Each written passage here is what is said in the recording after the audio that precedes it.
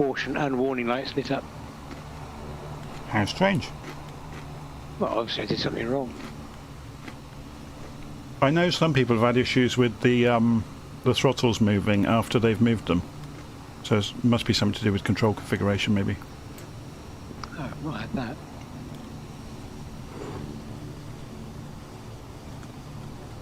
I'm just going to go and sort out the live stream.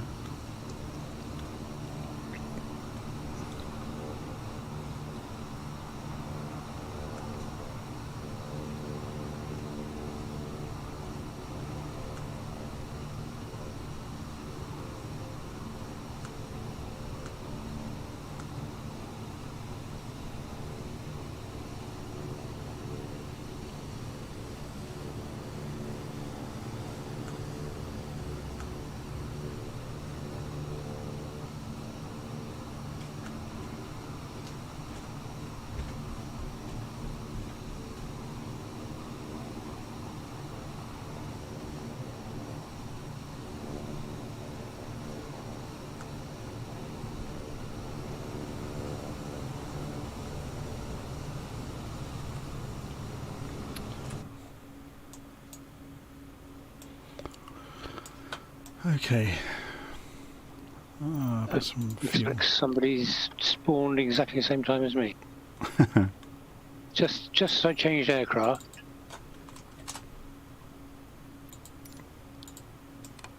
On your, what, 10 o'clock, David, I've got Kodiak, same livery as you. Oh, right, yeah. You can see another aircraft, can't you? But I can't see that. A red one to your right. Yeah. Yeah. I can't see that. He's too close to you, isn't he? Right. Oh, I guess so, yeah.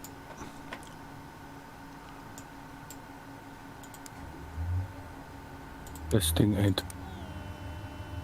Yes, we can hear you. Ah, right. I was saying to Patrick a few minutes ago, Jonathan, I saw Fabio on when I first came on. Perhaps he's going to join us. Islands. He was at the island, second one down in this route.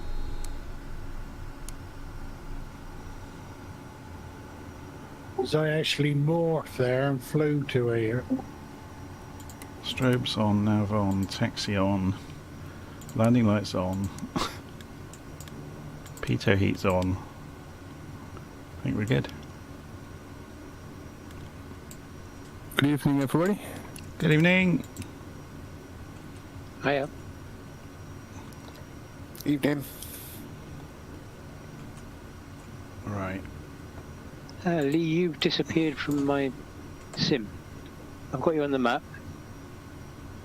I can see you in David's stream, but I can't see you in my own sim.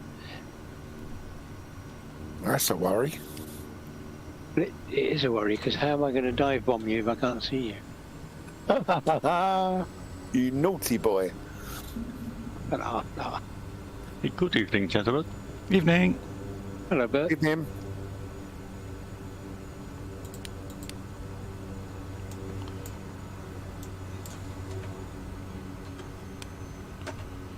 Okay.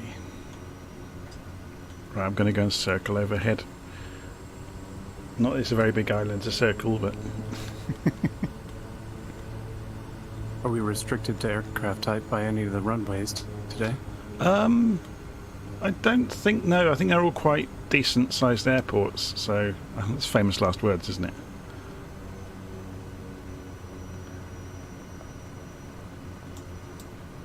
But I'm going with the Kodiak just in case. I can't see anybody in the sim now that I could see. David's disappeared. Oh, Lee's come on, Pat. disappeared. Get it sorted. Right. So live weather, looks like we have to taxi down the other end to take off. 08, I'd say. 08. Looks like it. Yeah. Well, I'm going to taxi on the grass, so that I don't upset anybody that I can't see. Can you see me, Lee? Yeah, hey firm, you're in front of me now, yeah? Taxing out?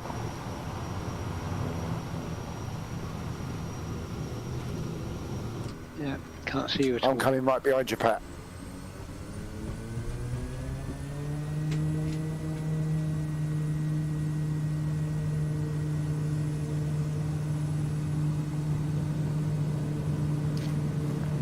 Good evening, all.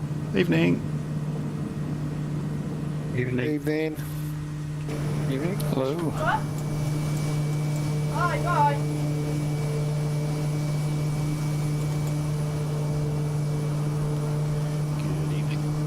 Evening. Good evening. Evening. Good evening. Right, I'm just going Evening. to. I'm going to circle overhead while we're waiting for everybody to log in. No, gone too far. Just got my wheels wet. I nearly did that. I was looking at David's stream instead of my live picture. Oh yeah, I'll start my Discord stream, I guess. Okay. Live.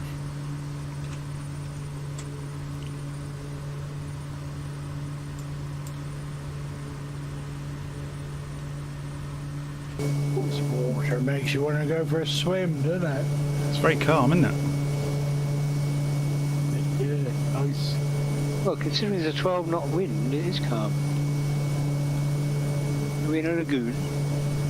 Well, kind of. It looks like an atoll of some kind, doesn't it?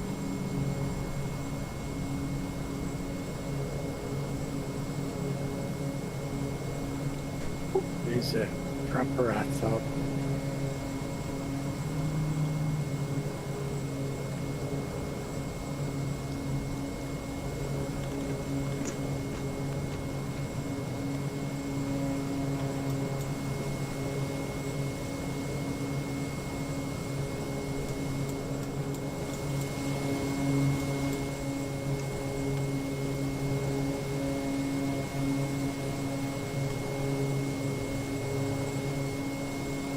I'll have to go and get something to drink.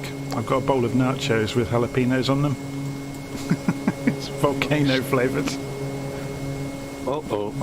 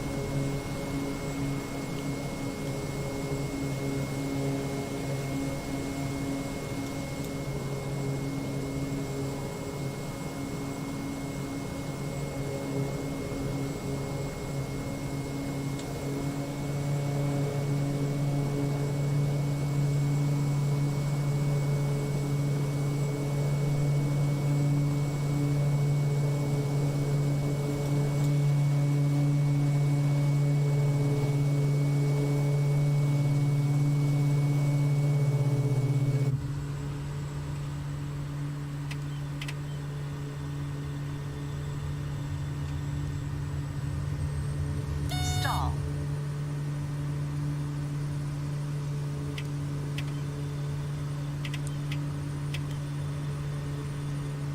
I can see 3 aircraft in the sim. Is it? 4. I've just put labels on. There's about 20 here already, maybe.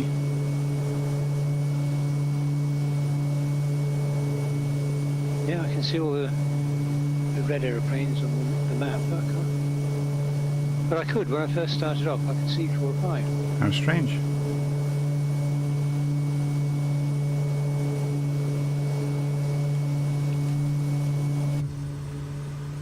I can see Ellis in his trusty caravan. Yeah, good morning, everybody. Morning, Alice. You can keep your nachos. Good morning. Craft are available. You can keep your nachos, Jonathan, at this hour of the day.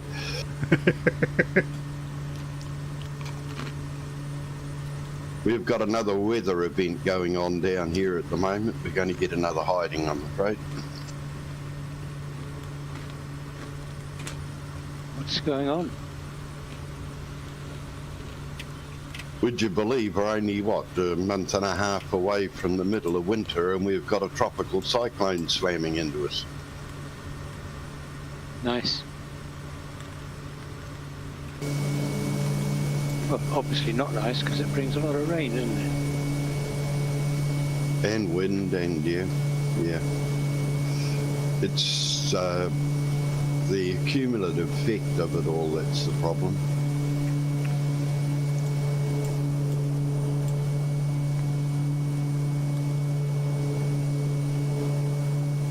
Cool 63 for comm check. 5x5. 5x5. Read your 5.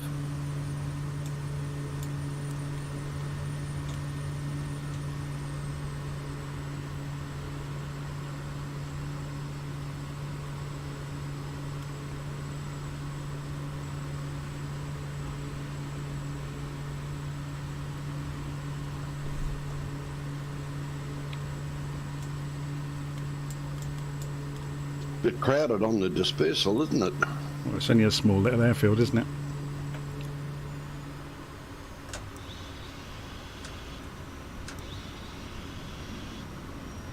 Well, it's strange they built it where they did because you'd have, looking at the other land available, It's reclaimed, isn't you'd it? have thought there were. Yeah, but you'd have thought there are other places they could have put it.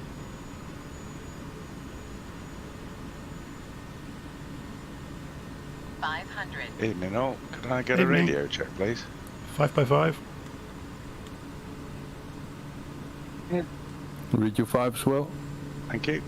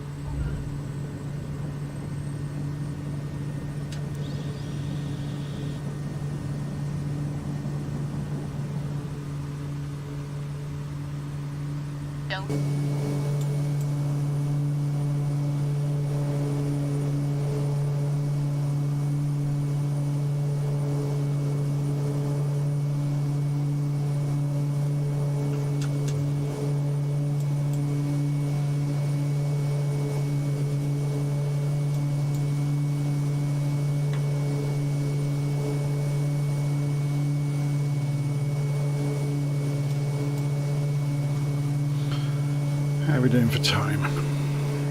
10 minutes to go.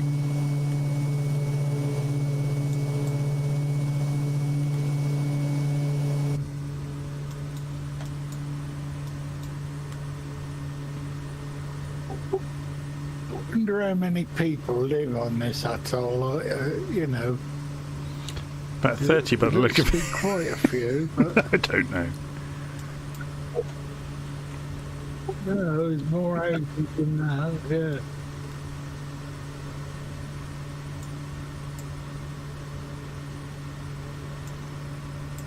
Yeah, it's probably a few hundred, isn't there, altogether? It's a bugger when you run out of beer. Can you not just get Amazon to deliver it next day? Brew your own.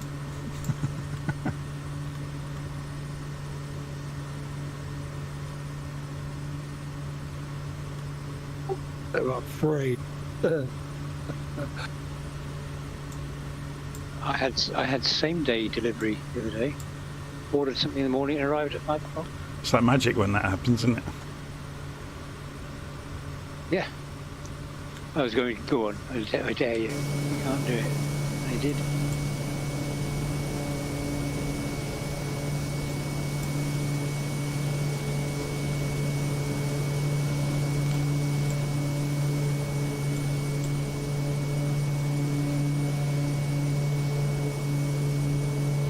Right. I can still only see 3 or 4 aircraft. Try switching servers and come back to this one again, maybe. Yeah, I'm going to do that.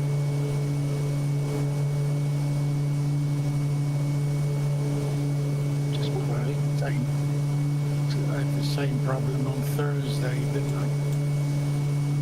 Yeah. I don't know if it's resolved, but earlier on I was messing around in the Alps with the Kodiak, and it was not loading in the tiles underneath me in time when I was at low altitude. They were changing colour as I flew over them. I think that's Microsoft problem. Oh yeah, it's a bug with the servers. I've seen it before.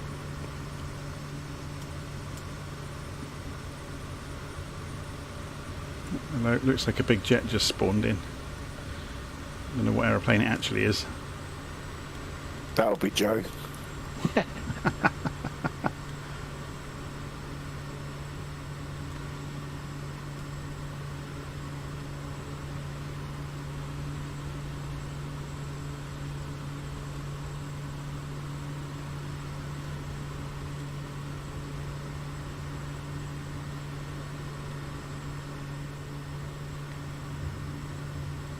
I've got quite a high ping number, whatever that means. It's the time between your machine talking to the Southeast Asia server and it coming back again. Right.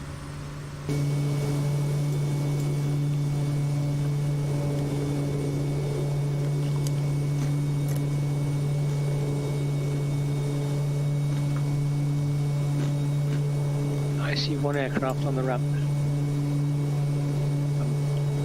Paused. Oh, hang on. Pausing doesn't do me any good to see other people, does it? Does it? I don't know.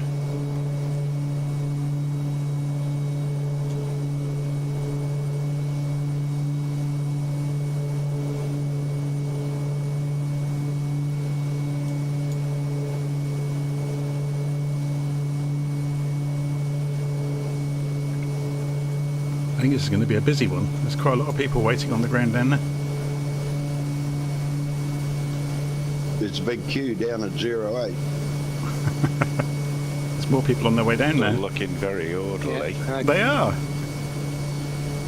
I can see just one air.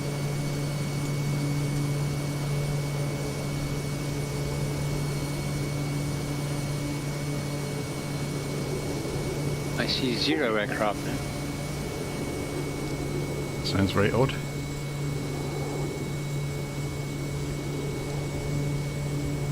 I did a full reinstall of the packages folder in Flight Sim yesterday. How long did that take you? All day, even on a fibre connection. It was 350 gig. Wow. More power, Captain. Yeah. Point is, did it make a difference, Jonathan? Well, I found a loophole to break Flight Simulator. So during the World Update, that obviously I went and looked in the packages, you know, the catalogue, I think it calls it, on the profile section. Content catalogue, is it called? I can't remember.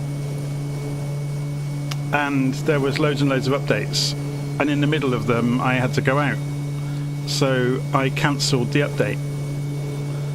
And then when it was only about 10% into it, and when I came back, there were no updates. So I'm guessing the whole, or the mistake Asobo have made is when you fetch the updates, it updates all of the data files first before it does the binaries.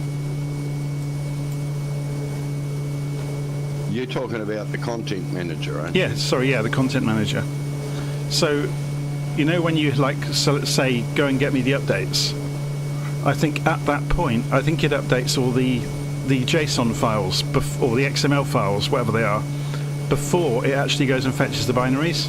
And because I cancelled it out of it, it then thought I had the up-to-date files, even though I knew I hadn't. Hey, somebody's queue jumping down here. Come on, guys. You've got to check that quite regularly, don't you? Because I go in every now and then, and there's a couple of things to update. So Yeah, it did kind of pays to check it on a regular basis. Did teach me the lesson. I really do need to get another hard drive so I can just back up the packages folder, you know, in community and everything, to somewhere else. That's how I do it. The one thing I wasn't sure of, and I thought I'd ask everyone here, because you probably know off the top of your head, if you've got the update 10, which I think was the USA Mark II, you don't need World Update 2, do you? Which was the first go at the USA. Does it overwrite? Well, this is the thing. I noticed some time ago that World Update 2 was disabled, or, had been removed. And I think it must have been Update 10 that removed it.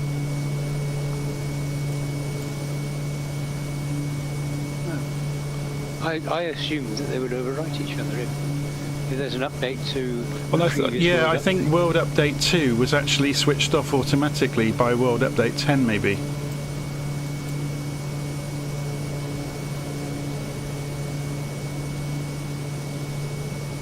I think 10 was Canada, or was North America, wasn't it? So they did Canada at the same time.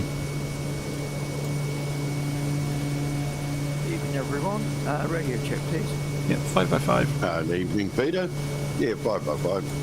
Good evening. I'm going to say day. 5x5. Thank you. I'm going to save this flight and reboot. So we've got a couple of minutes to go, so I'll do the talky bit. So, welcome to VirtualFlight.Online for anybody that's never flown on one of the group flights before. It's very relaxed.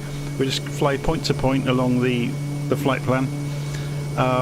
We will have a stop at the airport that's marked as the halfway, which I can't remember without looking at it where it's going to be. The only real rule about the voice comms is to keep the conversation family friendly. We'll try, I think I wrote down about 140 knots because it's quite a long flight tonight.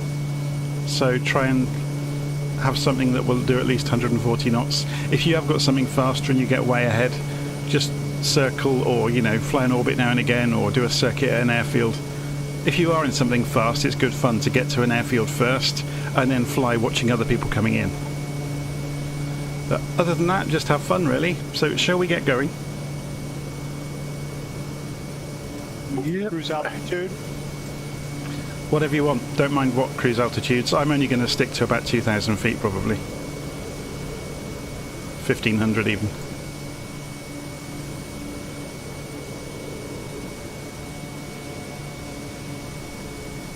Good evening, friends. David from Sweden. Evening. Hello. Evening, David. Evening. Oh, something else I should have mentioned. We have a new group of voice channels. Feel free to use them. We have international voice channels.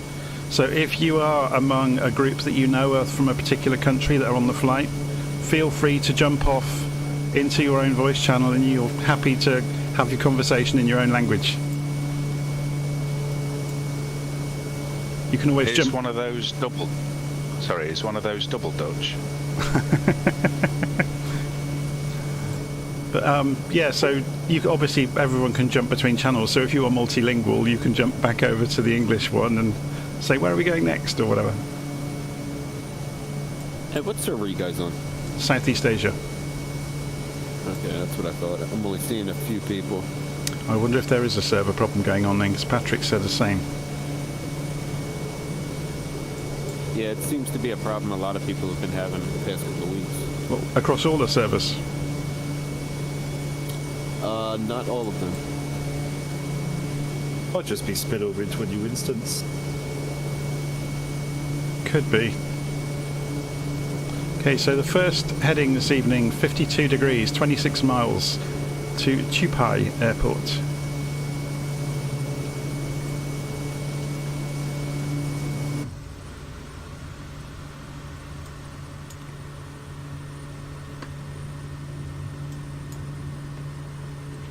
Sit in the seat properly.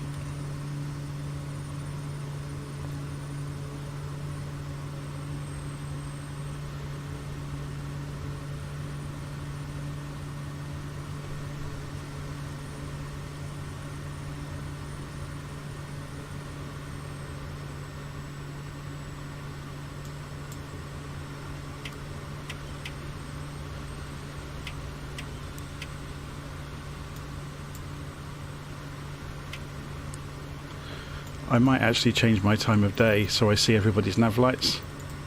It always looks quite cool, doesn't it? If I just go a bit earlier, maybe in the morning.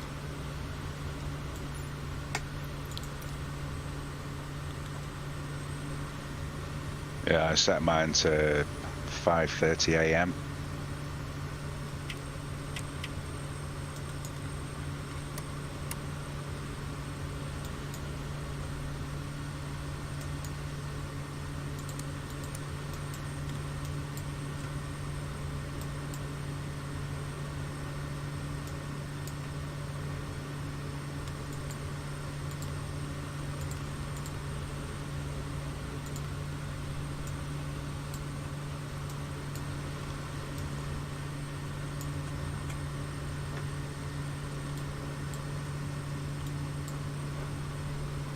So I've not actually pre-flown this route. I don't know if anybody else has.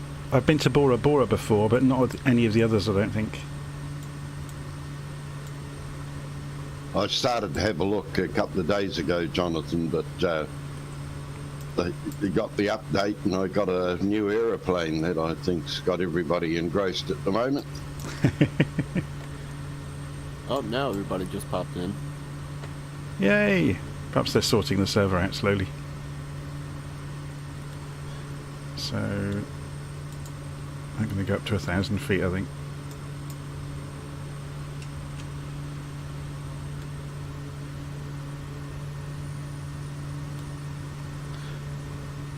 I'm hoping an island is going to appear in front of us on the horizon somewhere. Is that the one that doesn't exist? Because the second waypoint says it doesn't exist. If I read that correctly. Or not found, beg your pardon. What, NTTU? Yeah. I did make it to the first island the other day, and yes, you don't see it until you're virtually on it, because it must be about 2 feet above sea level. Yeah. It's just a sandbank with a runway on it. About it.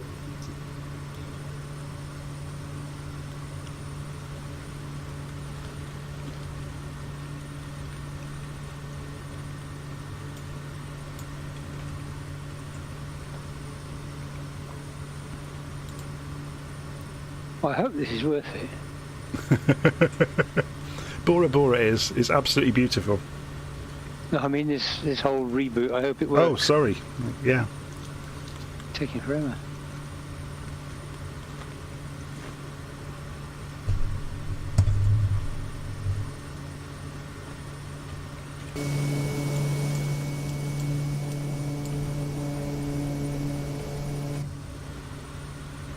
I'm going a bit fast.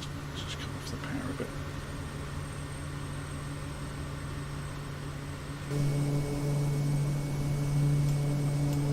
I've got time set at 5:17 a.m. It looks rather stunning. Yeah, the sun's just coming up in the direction we're going, isn't it?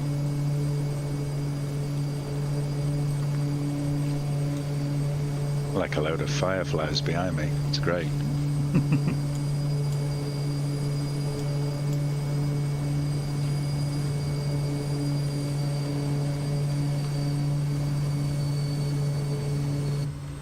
Gee, there's a lot of us today, isn't it? 37, I just counted them.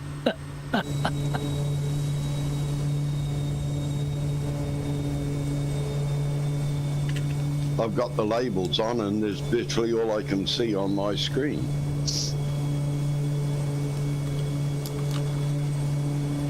Maybe we should have more bank holidays.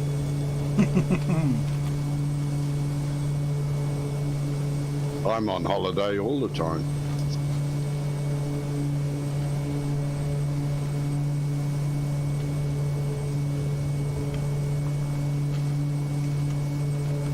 Here, Alice, I see there's some good New Zealand liveries for the ATR.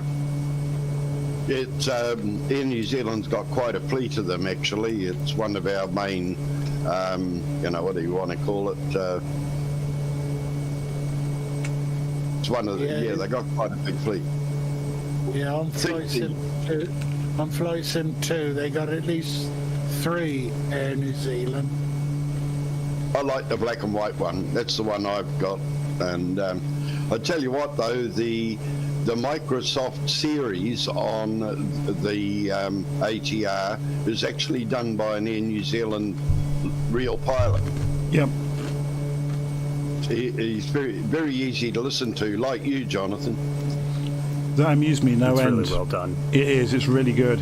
It amused me reading the comments on those videos with people trying to say that the pilot was doing it wrong. He flies the damn thing every day. Exactly. He ain't going to do what's not necessary, is he? I think one of the problems might be that, as he points out in the very first episode, that different countries have different SOPs. Yeah. There's not just that. On, I think, one of the approach videos, he points out that the VNAV doesn't do descents yet in the ATR, in the sim. And he goes for vertical speed mode. Worked for me this morning. Yeah, I don't think it's reliable. It's a bit like if you use the airways, they sometimes crash or they quite often crash the MCDU. You know, if you try and program an airway in. Yeah. That's not working, Jonathan. I think. I've been living in that plane, and it's been doing pretty good for me. Yep. Just now and again, it has a bit of a turn. I was just going to say, it quite tickled me where I think his phrase was, "I'm not quite sure what the simulator's logic is." I'm still busy trying to get my Bravo configured for it.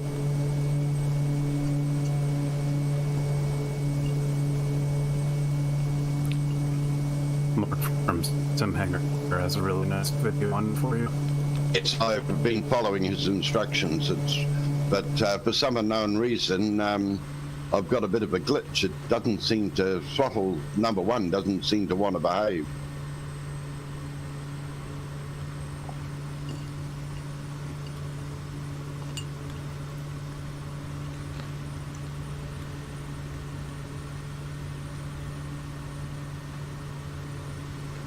Jonathan, thanks for saving everybody a ton of time with that Airbus controller, because that would have been maddening. It was for me. I haven't got much. We appreciate to you. pull out.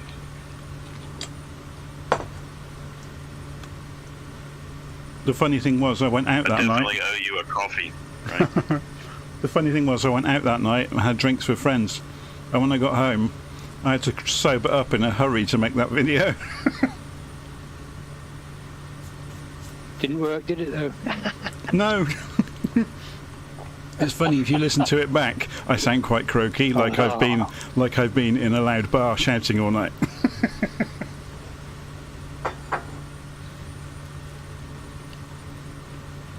Right, I think I might have fixed it. I can see lots of people now. Hurrah! I was going to say, I've got the G1000 on in the Kodiak with the map screen, and it's lit up like somebody said, a bunch of fireflies. Is it run by 11? That's a really good question. Stay firm. So I need to change direction. Not 12, not headwind. So did he say runway 11? I think they did. Yeah. So I'm gonna... Roger, that seems to be the one to go for.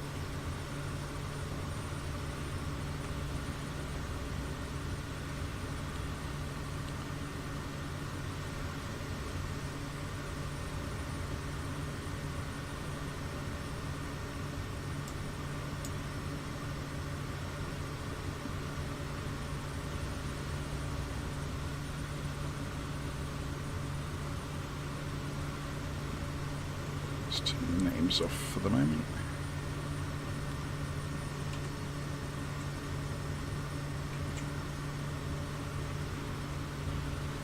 Hey, Mitch.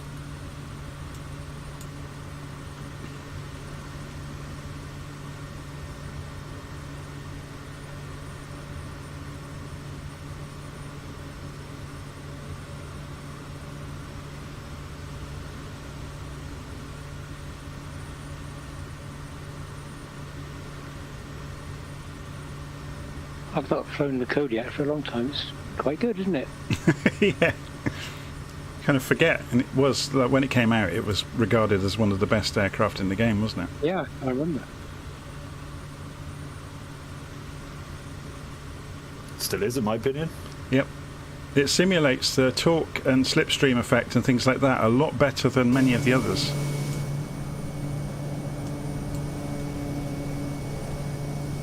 Yeah, particularly like the OBS function on the G1000 to Yep. help line up with the runway. It's really great, isn't it? Yeah, it works for any waypoint as well. Yep. It's great for those Papua New Guinea airstrips. Yeah. Lining up for something that you can't see until you're almost on top of it. That's correct. And Very a lot good of thing those airstrips only have one way in, one way out. A very good friend of mine actually flew for Tel Air up in New Guinea for 2 years, and the stories he's got to tell are amazing. He got chased down a few runways with men were throwing spears at him a couple of times.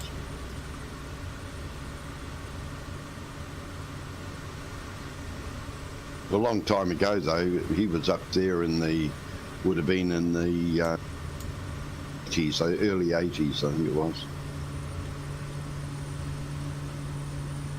Well, there's a guy with the YouTube channel. Is it Missionary Pilot? Yeah, Missionary Bush Pilot. Flies the Kodiak. He's the Aussie boy.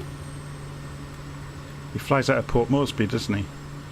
Or yeah, he did. He does. I think he's going back to it, isn't he? Someone was telling me earlier. I think Lee's just been for a swim, ain't you? Hey, firm. You can't get away with anything, Lee, can you? Always somebody spying on you.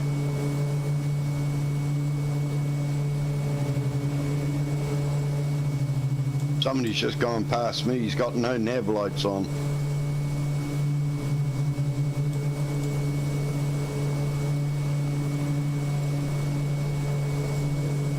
Oh, I can see a big jet in the water. Is that you, Lee?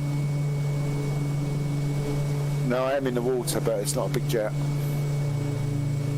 According to the label, it's an ATR, but I don't know why I see it as a big jet, because I've got the ATR. Yeah, me too.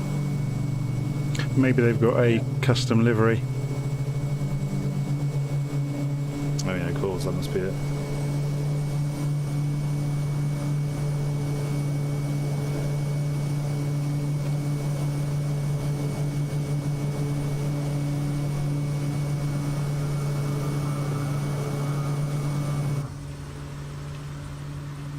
Uh-oh, I've got a B-20 gonna dump himself. 500.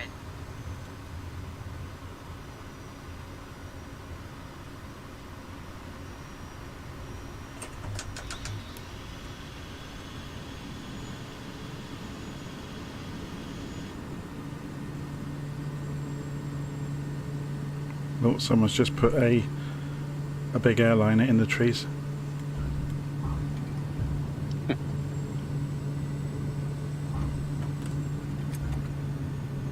Now, being in the woods is my job, John. Yeah, it's not a big airliner, it's an Osprey. Ah. The Osprey. Is that the Tilt rotor. vertical takeoff? Yeah. Yeah. That's the word I wanted. Tilt rotor.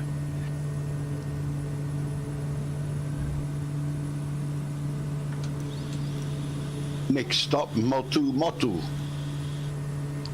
Exactly. So it's only about 10 miles away, isn't it? 13. 146 degrees. Motu Moot.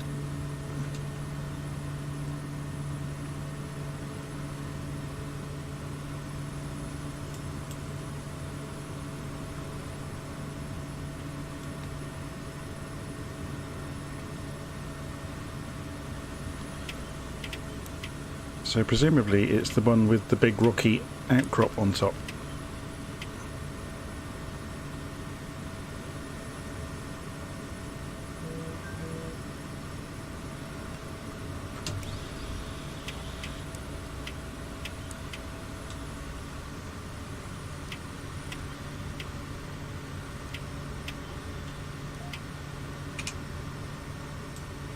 Is this French Polynesia?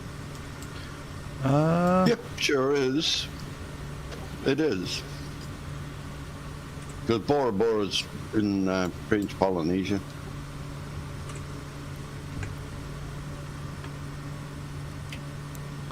Isn't Bora Bora where they filmed the musical South Pacific?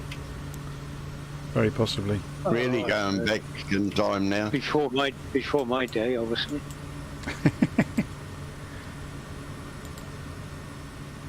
I'm gonna wash that man. Well, there's nothing like a dame. Never heard of the film. What, South Pacific? Yeah, of course. It's a nice holiday destination. Just joking. So I think Bora Bora's had the treatment, basically. It's got photogrammetry rocks, the whole bit. It has changed. Yeah, they've done all of the sandbanks under the water and everything. It's worth going there on live time to see it in daytime, because it is spectacular. Oh, there's a jet of some sort. Fighter. That'll be Joe. Nice holiday destination. Yep. It'll be worth doing a... What were they saying, 3,300 a night or something like that? Yeah. It'll be worth doing a loop around Bora Bora to have a look at it, because it is spectacular if you've not been here in the sim before.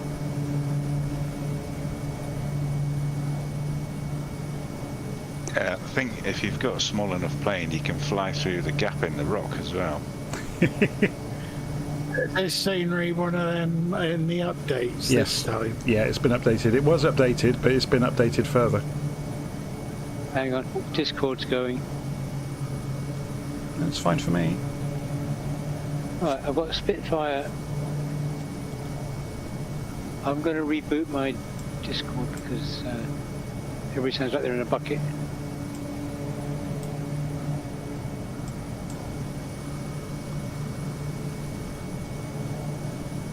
Yeah, I did a tour of Bora Bora yesterday in a glider.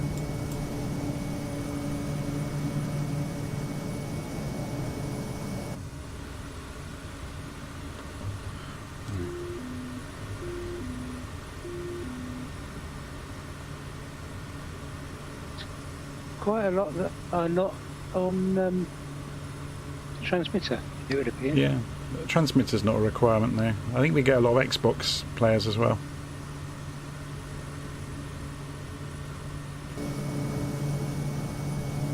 Yeah, I mean, there's quite a lot of aircraft very close to me, and that, yeah, I mean.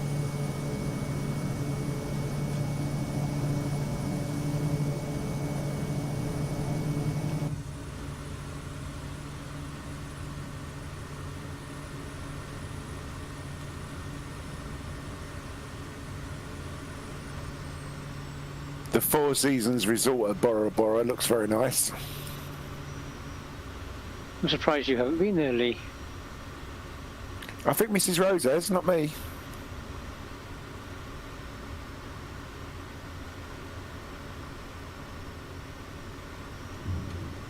Something I keep meaning to say to you, have you noticed how many of our former colleagues have passed away recently? 500.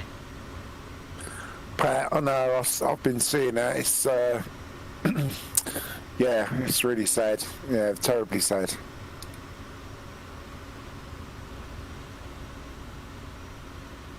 There's a couple of ladies have gone as well, I found out today. Oh no, who? Fiona Jordan. Yeah, I knew about Fiona.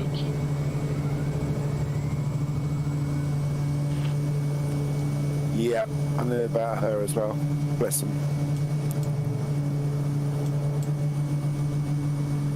Oh, this island's really pretty. The resorts are great. I'm going up to the middle to see what that special scenery is in the middle. Is it some sort of canopy up there? I can see my holiday house. Is it a volcano? It looks like a volcano with a tabletop on it. Yeah, I'm going to fly up and have a look at It's it. a bit of a glitch in the graphics. Uh-huh. It's a bit of a glitch, I believe. Have a look at my stream. It's a glitch. Load up did that to me yesterday too. There's been issues with the scenery loading in all day. Oh, yes. Once you get on top of it, it's okay.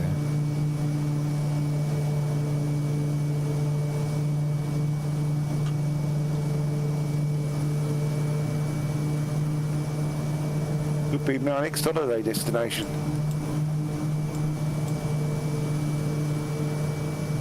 I can see through part of the... So Mrs. Rose will go, why have you chosen there? Oh, it's not a flight sim.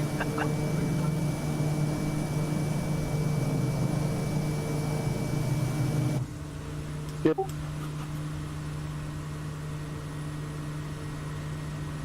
Yep, mine's the same.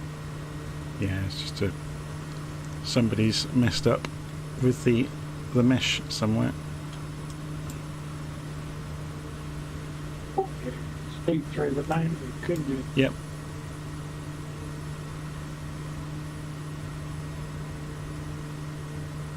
Oh, somebody's crashing. Nope. Like you say, though, it's very pretty there.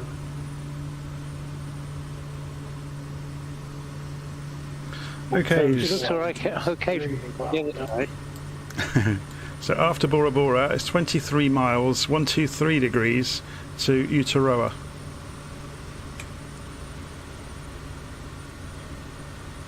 I presume we've all arrived here. Actually, I'm going to circle around here for a bit and let everyone else catch up that hasn't quite got here yet.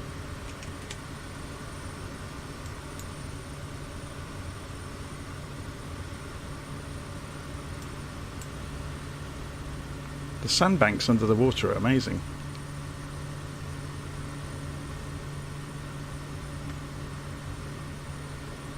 Do you think the results pay to have their POIs in the sim? I expect so. That's a good point. It's all right. Microsoft will be making money any way they can. It does look amazing, I must admit. Extra.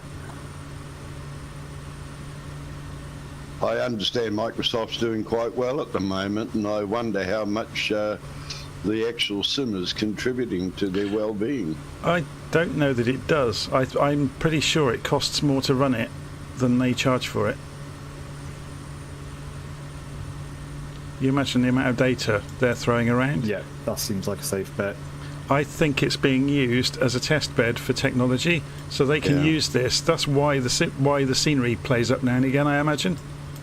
That they are using it to figure out how to do this stuff at scale. Which then obviously they can sell to business users with a stable version of it. Sam, you see the hot tubs outside those? There's hot tubs. What's that, Richard? There's hot tubs outside these huts. And lounge chairs and everything. Okay, is that nice. those little huts on stilts? Yeah, those little ones that cost $3,300 a night. Yeah. Right, I'm going to go down there and have a look at them. I'm surprised it's only 3,300. They're on Aldi special buys, aren't they? The hot No tubs, matter I mean. what, they're out of my price range. Little in the Very middle. cool, though.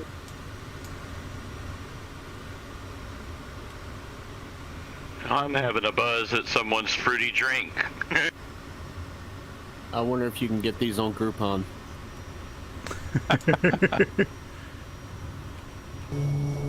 There are all those huts out in the water on stilts.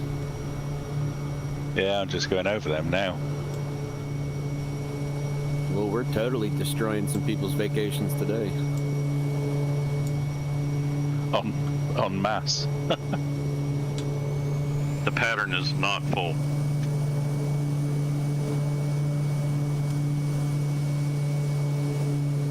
guys just signed in. Hiya. How you doing? Good. So what's the next airport you guys are going to be at? So we're at Bora Bora at the moment. We're just about to leave and go on to Uturoa.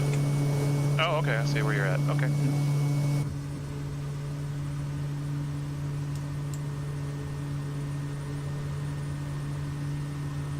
Could you imagine ATC with us lot buzzing round here? Flight of 40. Yeah, they landing. packed up and gone home.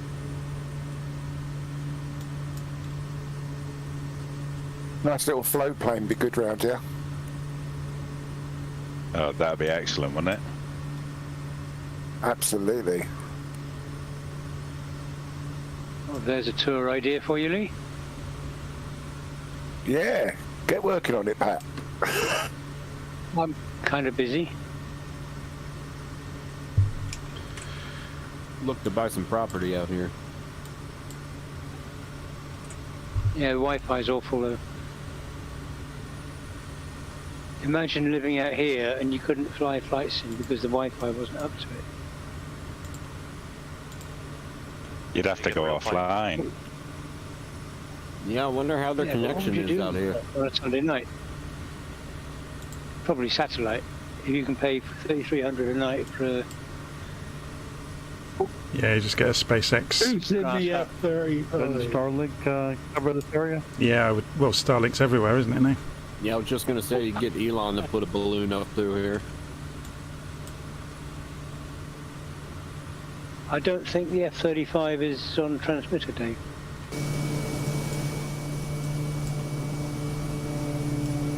Is there a label on it? Well, it's just some... I didn't notice one, to be honest, but he went past me that fast, so I didn't see it.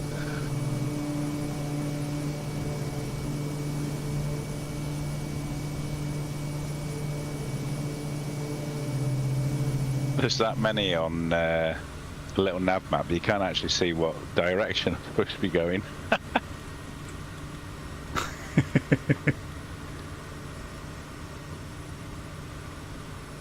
I should think it's on a sudden, you know, it's one of the biggest groups there is. It's getting that way, isn't it? I know there's quite a few on the Aussie one, isn't there? Yep. It's a great buzz though, isn't it, when there's that many like-minded people. That's all I pretty much do anymore, is just group flights. I've had a look at that Aussie one. I just don't think it's as well organised as this one. John, hats off to you, Jonathan. I did look at the way when I started setting out the Discord server, and I'd probably driven the likes of Hugh and Craig round the bend with keep changing the design of it. I kept looking at other groups to see how they were doing things, and kind of cherry pick the bits that I thought worked well. But we have tried it by basically throwing spaghetti at the wall kind of technique of figuring out what works and what doesn't.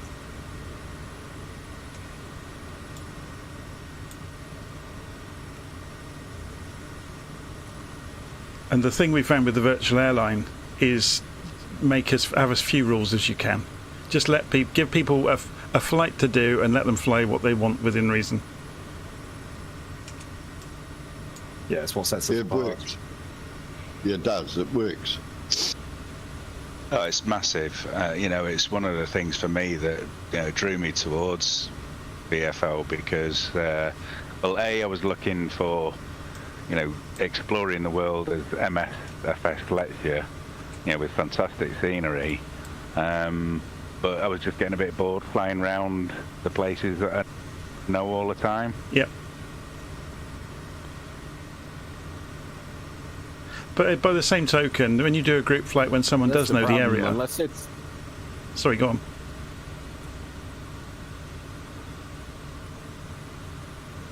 That's the problem. If unless you're on group flights, you don't really know where to fly by yourself, and you tend to stick to the places you know. Yeah, all I was going to say is, by the same token... Okay, in the early days... Oh, hang on. I've got a delay on Discord. Who here has not flown into Lukla? I haven't. No, I don't think I have. Oh, you got to try it, David. You got to try Yeah, it. that's exciting. Don't take off from there, else you know what it's like. What you got to do is land there without looking first. Have a go at Koji in Papua New Guinea. If you think Lukla's a hard job, boy, you're in for a thrill. So just double checking. The 3 islands Can you hear me now? down by St. Bartholomew's and Right, I think Discord's struggling a little bit. All I was going to say earlier is it does actually help, though, if somebody does know the area on a group flight, because having their commentary of what's where and where to look makes a massive difference. Oh yeah, that's always fun. We did a big group flight through Iran once, and we had a guy that grew up there, so it was kind of like having a tour guide.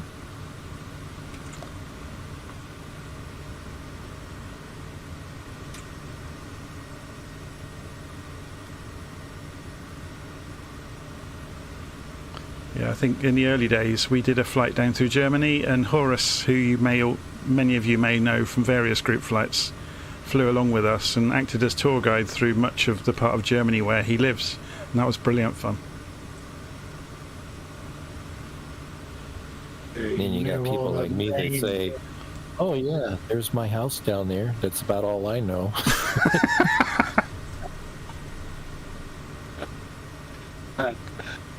Yeah, Horace knew where all the castles were, didn't he? Yeah. All the vineyards. Something that is coming up is I was talking to Lyndon the other day on messaging. We're going to do a flight.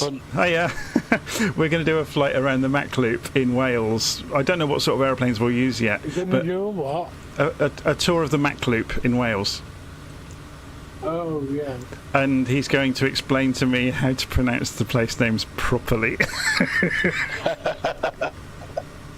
I'm not going to lose. The annoying thing is, my other half knows them. That right. Make sure that's well. 40 of them. Make sure we've got the date well in advance, John. I want to post for that one. We could do it as a group flight, couldn't we? All go to the Mac Loop. Could do, yeah. Absolutely, yeah. I did it with Joe the other night. It would be fun. Maybe everybody takes fighter jets that night. We've never done it. What is the Mac Loop? Somebody in a helicopter, you know, where the... Can we use a flight plan? It's once you've done a couple of laps, it's actually quite straightforward. So for anybody who doesn't know what we're on about, there is a route through the Welsh Hills that is used by the RAF and the US Air Force for their fighter pilot low-level training.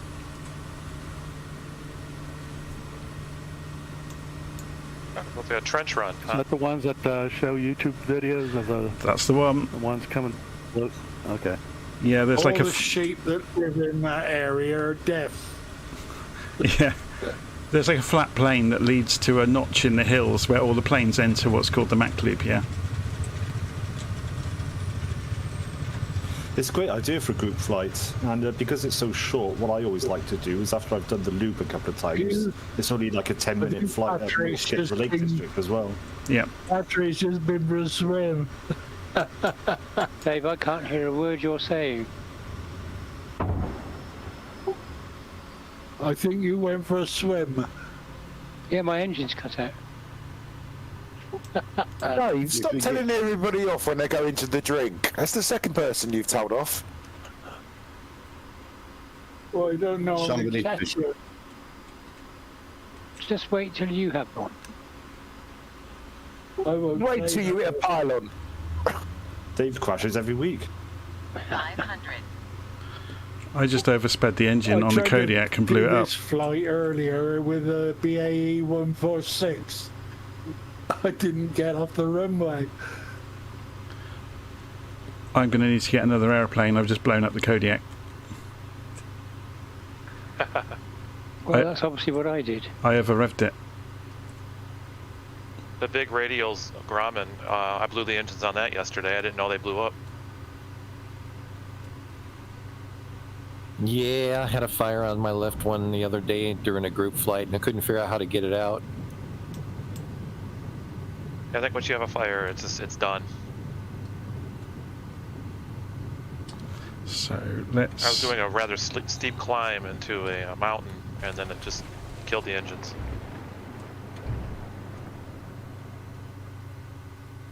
What aircraft? The big radials, Grumman Goose.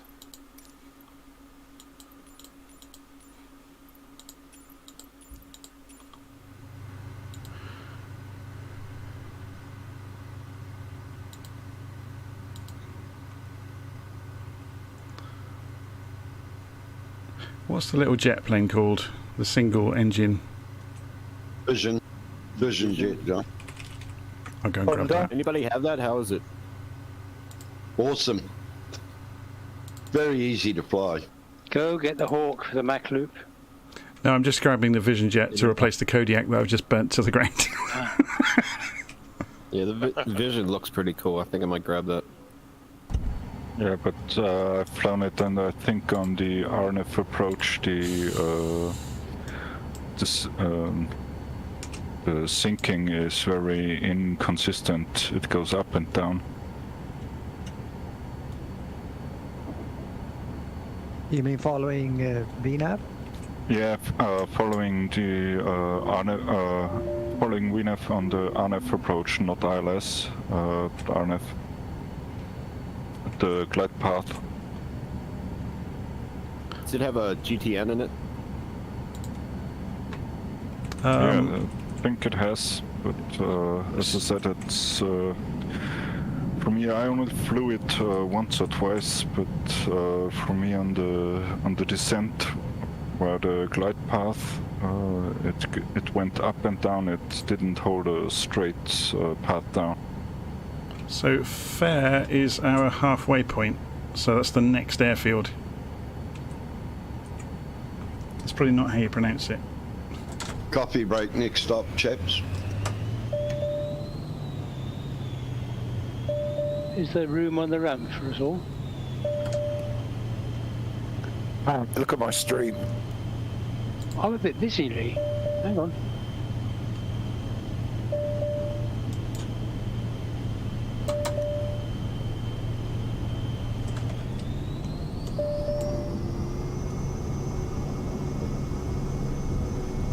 Oh dear.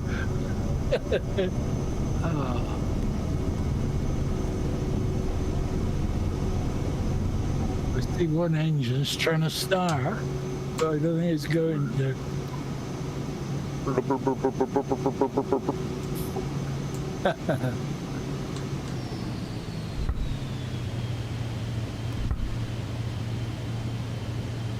Do you want me on now? Yeah. Yep.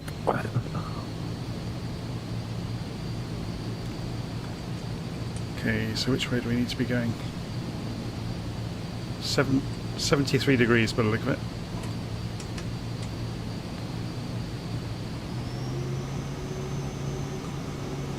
Looks like they've got a nice little terminal building over here, guys. There could be a nice coffee shop in there.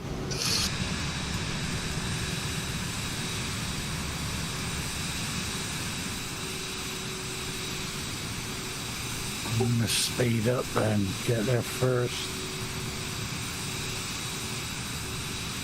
Gosh, run and get a margarita and everybody disappears.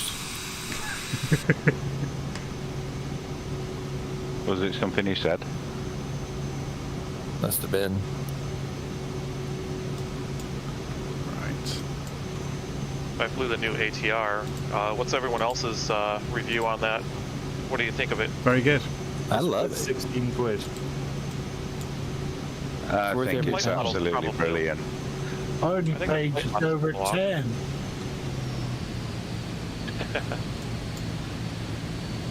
Yeah, but how much a have you little spent fishy. in the past to get all the tokens that you used to buy that? $60. He spent thousands and thousands of pounds to get enough tokens to get to off the ATR. I got it real cheap because I've got the deluxe version and they gave us a 30% discount on it.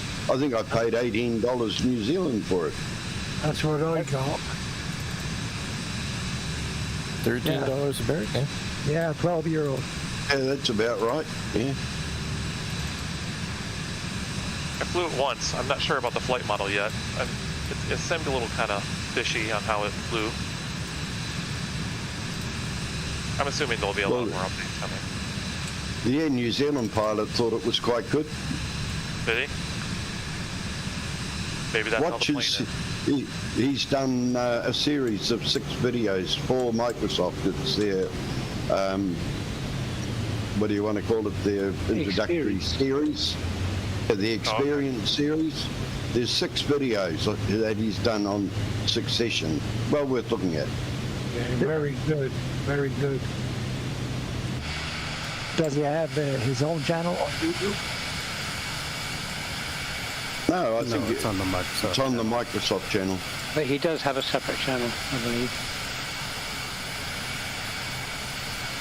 But whether he does the ATR or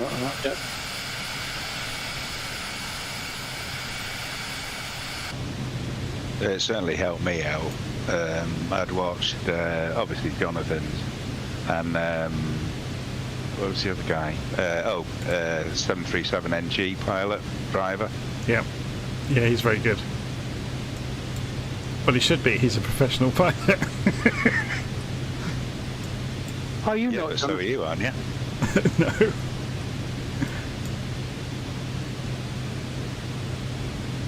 I have a serious complaint about the ATR. What's that? If I use my hat switch to look right, it looks left. And vice versa. I've also noticed that. It's easy to read map. I can't be bothered. Yeah, Actually, it's funny you should say that because I have the same problem with the what was that ultralight that was released recently? Oh, the Blackwing thing. Yeah, that's it. When I look right with the hat switch, it flicks back, but when I look left, it stays looking over the wing. Yeah, it does. That's also with Cirrus. We just talked about the Cirrus jet.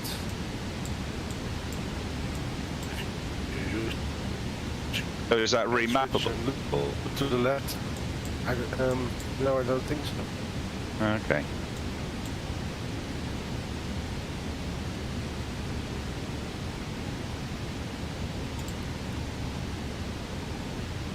I was able to, when I started off, I had the off locked, and it still moved them, so I'm not sure what was going on.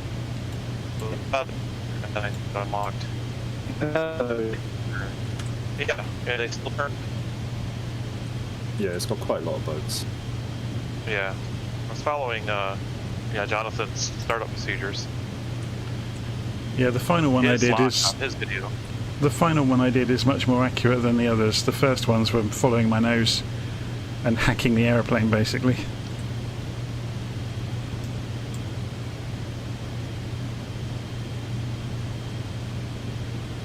That's part of the fun of getting a new plane, is seeing if you can get it going yeah. without looking. And then break it. Does Control E work? I think it does. No, it doesn't. What's that? Start the engines.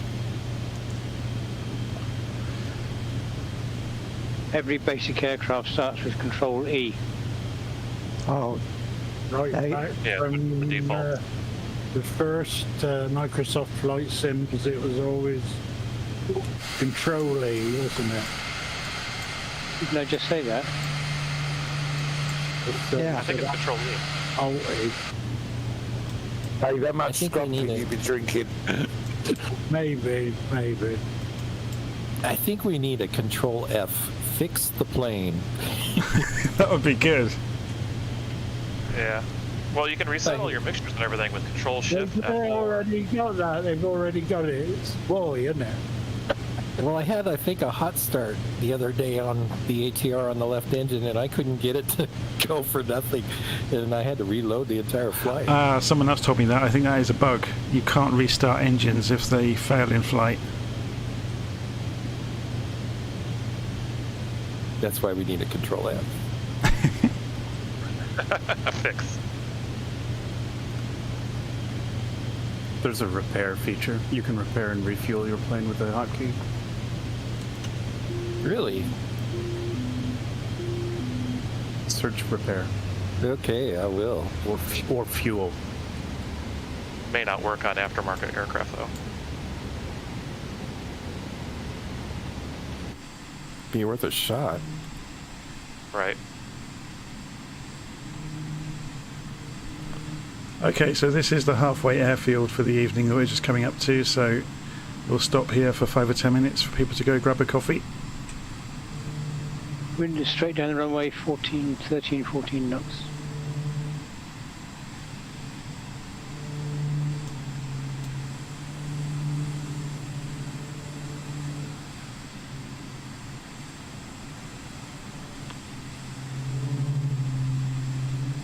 Sorry if I'm going past. What runway did you call? 07. Heading 067 degrees.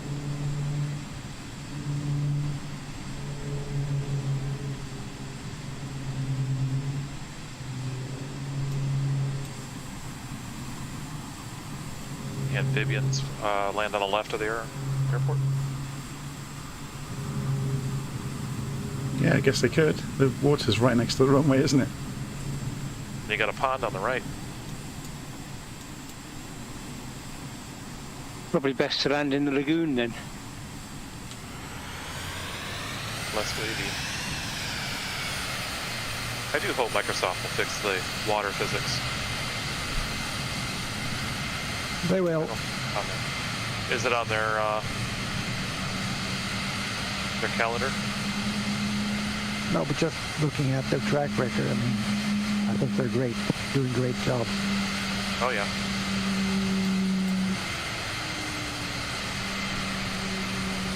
How have you got your waves set up?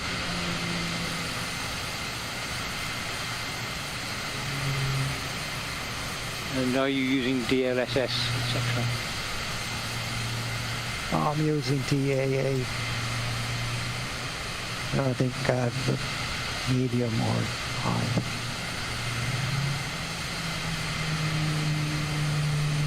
Looks great. Well, generally speaking, my waves change with the wind. Mine do. Yeah, same here. So I think the waves are quite good. Some of the water, you still get... You still get some water climbing up mountains and stuff like that. Yeah, they got those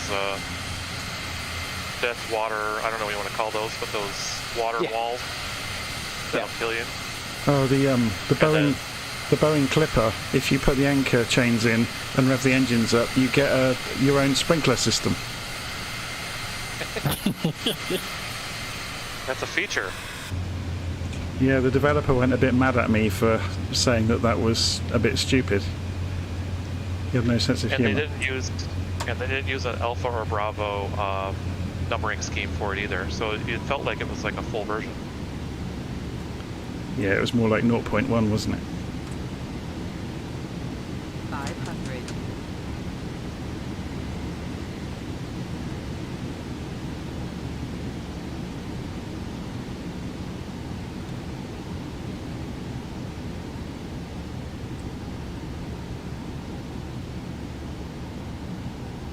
That, gentlemen, was very impressive watching you all come in.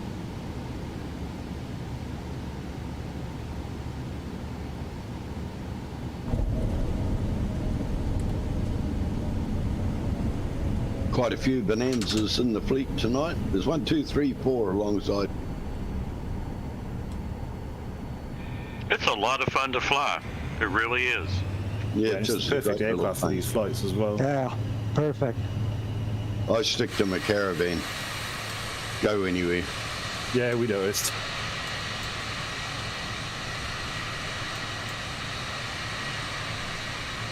T-brake. Did you say caribou? Is that what you're flying? No, caravan. The caravan, yeah, it's fun. I just picked up the caribou, and it's freaking awesome. I really am enjoying flying this thing. It is good. I like the caribou. It is. Yeah, I've got that. I've had a couple of goes at it. Yeah. Well, the most important thing being a caravan that it comes with a coffee maker inside. It's got a fitted kitchen, isn't it, Ellis? I don't know. Big enough to have a kitchen, so.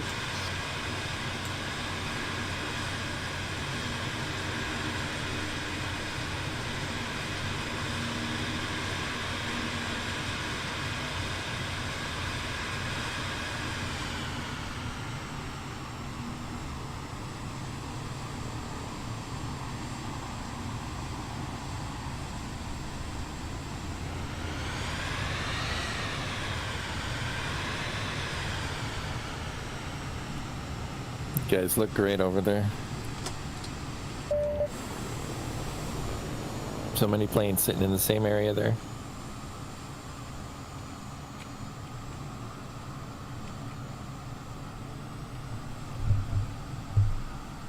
Right, so I'm going to go and grab a coffee. Back in a moment. Well, thank you, ladies and gentlemen, boys and girls. I'm going to have to duck out for the evening at the halfway point, but thank you very much. That was really nice. See you later, mate. That's a shame. See you later. See you later.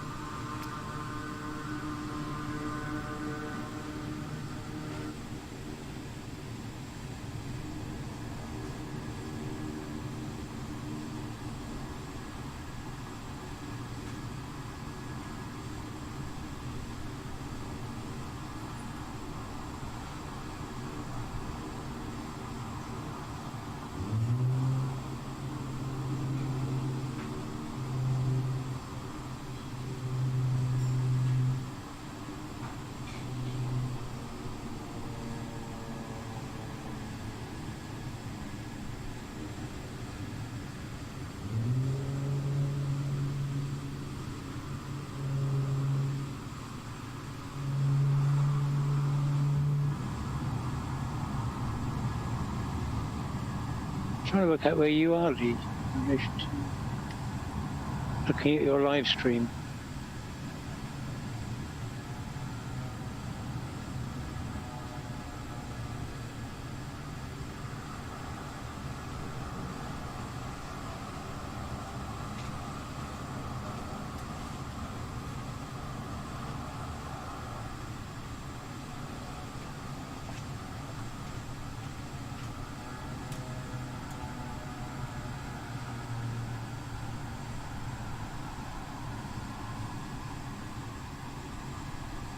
There's a CJ4 there, David.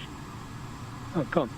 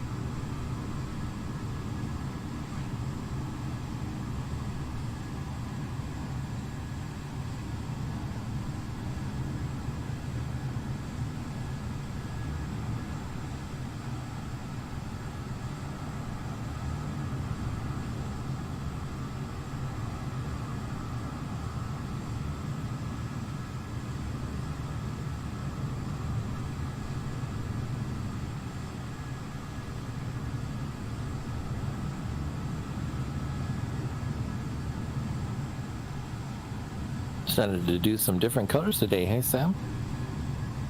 Yeah, I switched it up.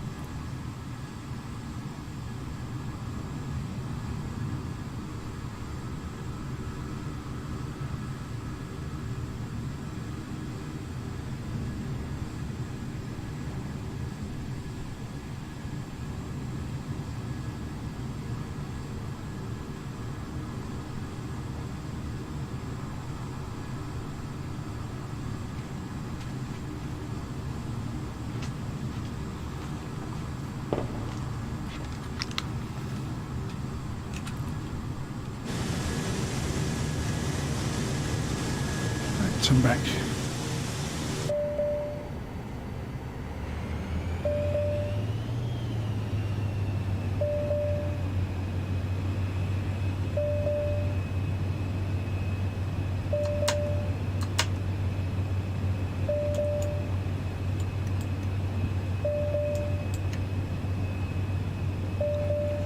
Earth.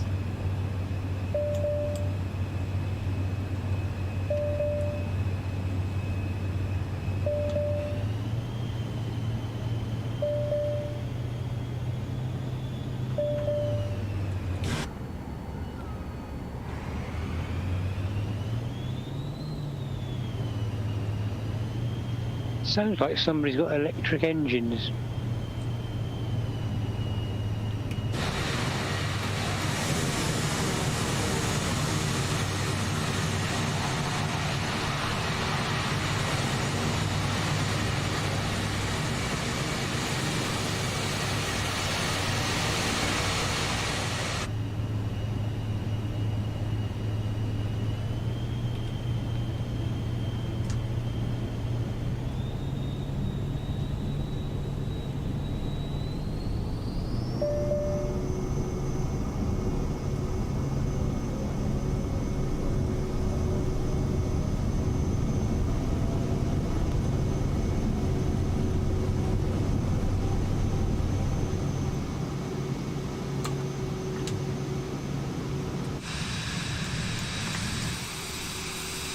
Bit tatty, Lee. Don't you like it? Oh, I love it.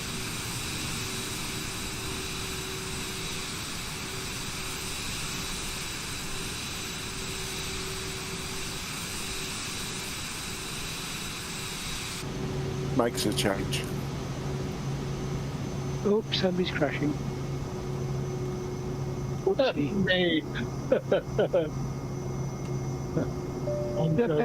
Senior. Too much pop. Stop. Stop. Stop. Stop. I just found an inventive way to crash the. Yeah, that's quite spectacular. The Vision Jet.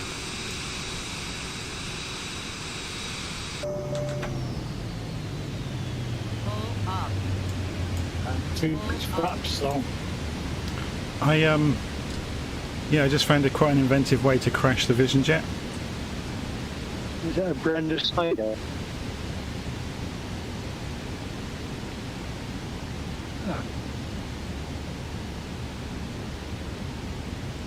I'm guessing because the Vision Jet is quite heavy and quite short, you can make it flip. So if you pull it into a steep climb and it gets enough momentum as it tips over the top, it will continue flipping as it falls to the floor.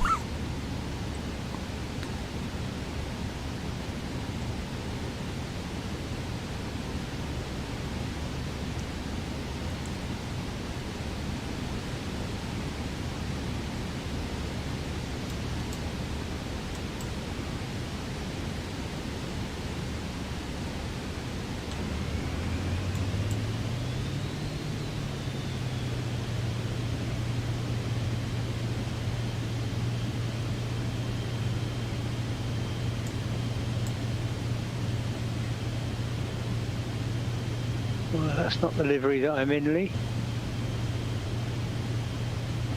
You know what, Pat? I was just thinking, if this was for real, can you imagine seeing a Romanian ATR 72 on this island? They'd freak out the plane spotters, wouldn't they? It would.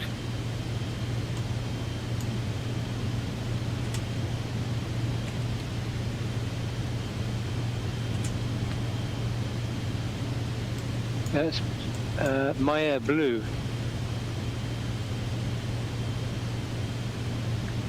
So I'm guessing you don't have it. I do, yeah, I think I've got it. Yeah, I downloaded it the other day. Is it GATR? BATR. Yeah, I'm sure I downloaded that one the other day, the blue and the red one. Oh, maybe it's because I used the developer tool to change aircraft. Oh, bloody hell. Who was that?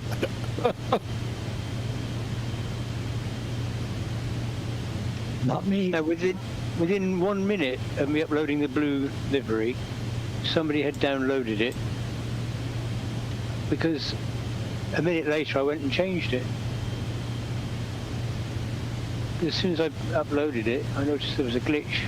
Well, not a glitch, an error. I immediately went back and changed it, but somebody had already downloaded it.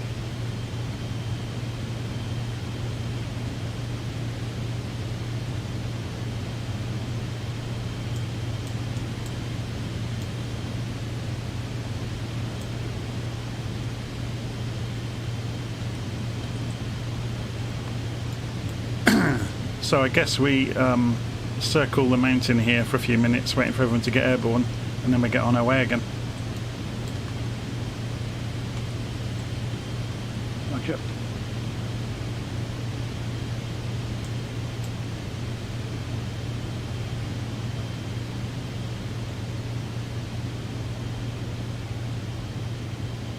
Cappuccino. Excuse me, the cappuccino didn't hit the mark here, so few demerits. Oh, you need to go to Java.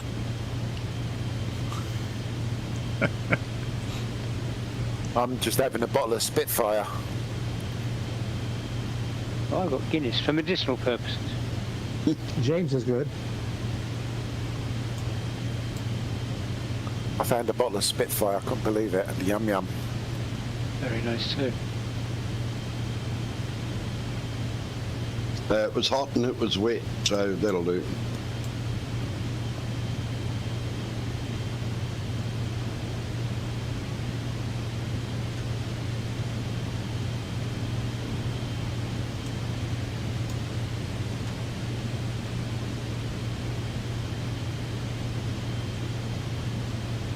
It's quite amusing watching the stream of labels taking off from the airport.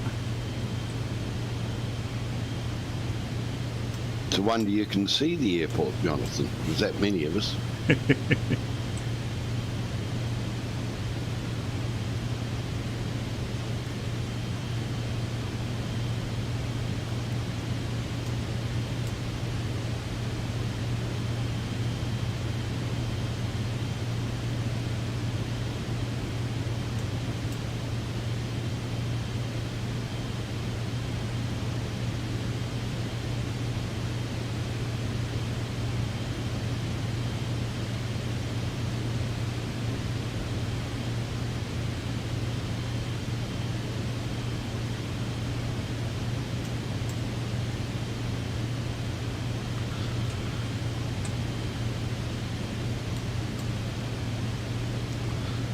So the next leg is the longest of the night. It's 91 degrees, 85 nautical miles across the ocean to Tetiaroa.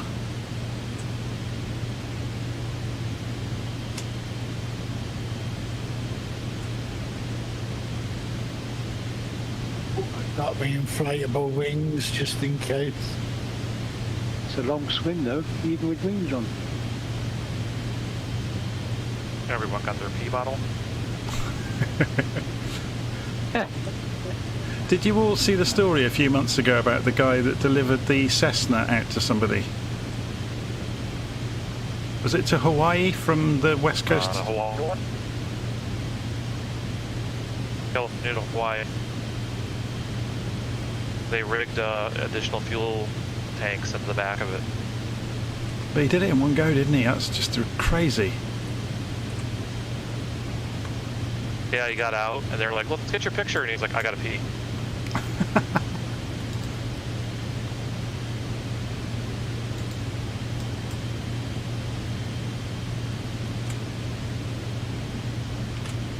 guess it's cheaper than hauling it on a ship and taking the wings off. But you're putting extra miles on the plane. So. That's what I was thinking. That's going to put a couple of thousand miles on the engine, isn't it?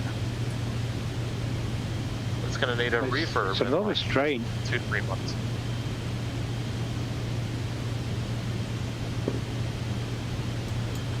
I think it's mostly for publicity. Do you think? They do it all the time. No, they do it all the time. Don't It they? happens all the time. Yeah, they have a job for it. That's all they do is their taxi services. Yeah, There was ferry another one pilots. that just happened in Iceland.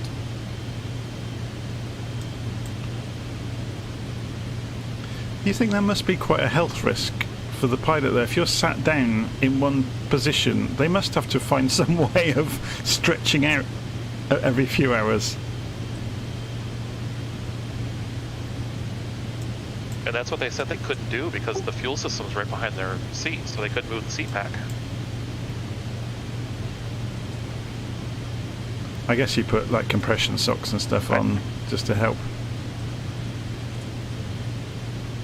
I did it in the simulator, but I went to bed. And then I came back and refueled it. So the Cessna that went to Hawaii, was it somewhere between 12 and 18 hours in the air? I can't remember what it was. Yeah, I'm sure it was 18. 18, yeah. And you're right, it's definitely not good for you. It's 5.5, 6 hours. Open your door, stretch your legs out. That might sound stupid, but I bet they did.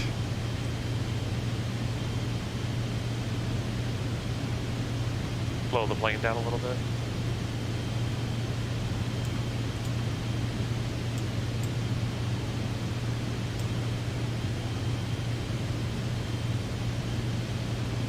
Just thinking about it, in a Cessna there's no central column, is there? So you could potentially stretch diagonally across the cockpit a little bit. Yep. It's still cramped, yeah.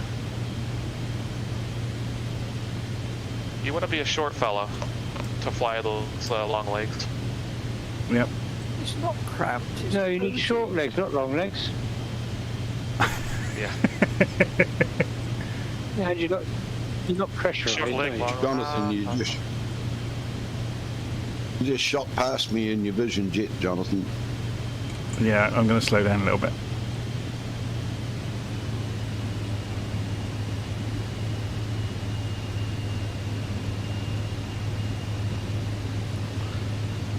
At 1,500 feet. Sorry. I bought that Blackwing Ultralight the other day, and one thing I've noticed about it, which is very peculiar, at cruise speed, in order to maintain altitude, I was about 3 degrees nose down. Has anyone else seen that? That's weird. I've not got it. But, I can't be right, can it? Don't know. The nose or well, the you fly the wing, don't you? port. Yeah. If it's there, Well, I don't know a lot about it's one- ultralights. All I can tell you is that my nose was 3 degrees below the horizon. Yeah, if you have thermals. Bug.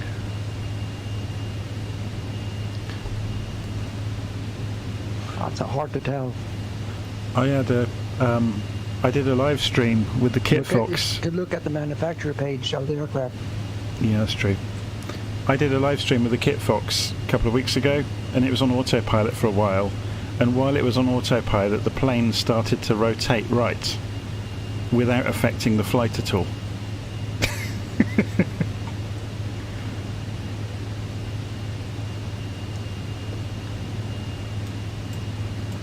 Winds?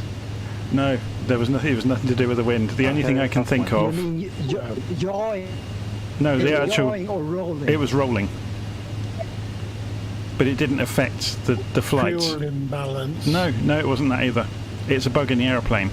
Being a software developer, I think what it is, they've got some sort of rounding issue in some calculation they're doing, and it caused the aeroplane to slowly roll right the whole time. You know, it's an accuracy issue with it getting numbers that are slightly off in one direction.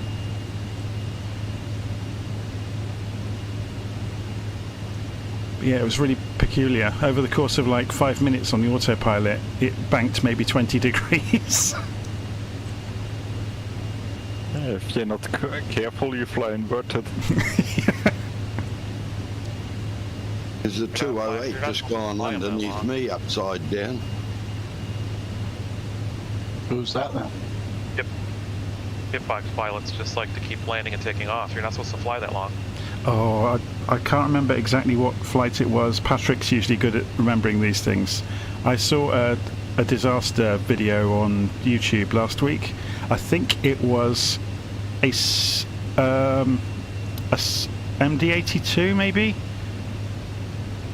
It may have been a CRJ, I can't remember. They ended up inverted to try and stop the plane going into the ocean. They sheared off the gear that controls the vertical stabilizer. Well, that's MD-82. Yep. But that's what that film Flight is. That was Alaska Airways. Right. Yeah, so yeah, just reading about it afterwards, after like listening to the track of it, the pilots, their last few communications to ATC, unbeknown to the controllers, they were inverted at that point. And that's how they thought they'd got control of it, because they'd stopped diving by being up the wrong way. Yeah, because it was going one direction. Yeah, I remember that. Yeah, I always look when I'm going on an airline to make sure the MD-80 or 82, I'm not going to be on that plane. I think they don't make them anymore, or they don't fly them anymore. It was to do with the... they fly them.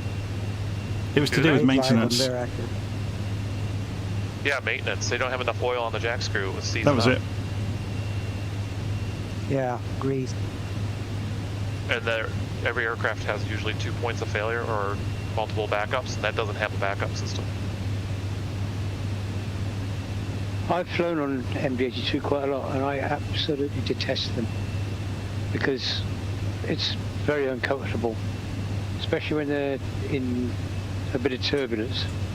They have this habit of the rear end drops,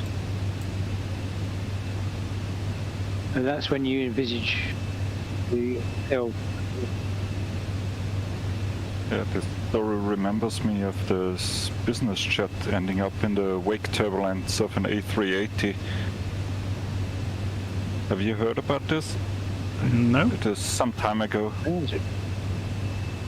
A business jet flew en route and some 35,000 feet or so, and a crossing A380 2,000 feet above left some turbulence that slowly sank down and hit the small business jet.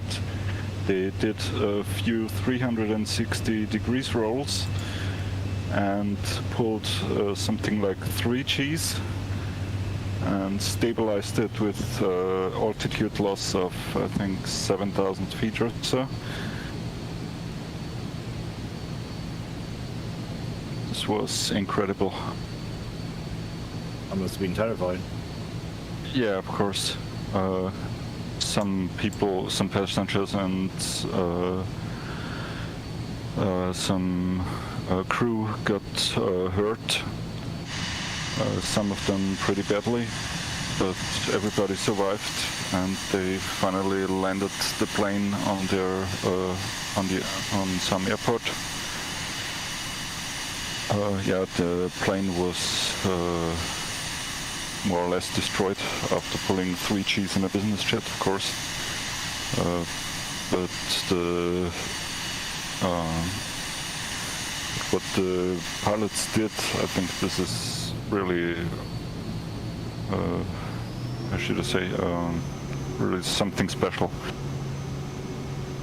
Well, the seats need a good crew now.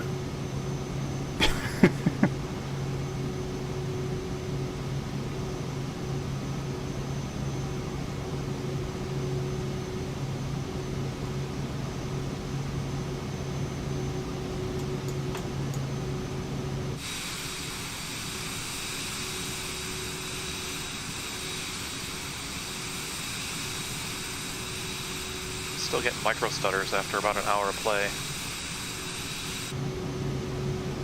There's nothing out here. Interesting. I've not had a stutter since 2 weeks ago.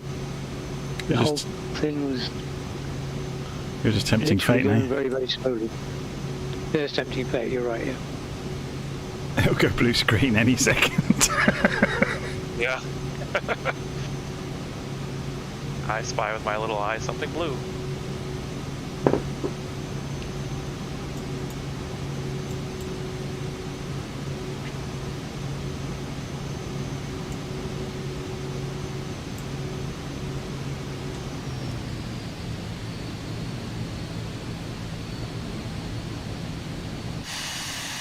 I've been getting them since the last service update.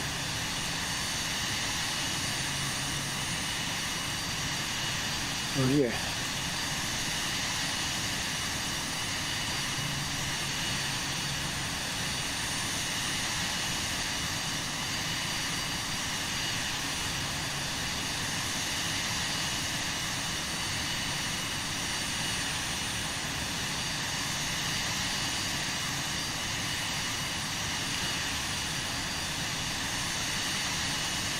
Well, the leaders in the group are just approaching halfway.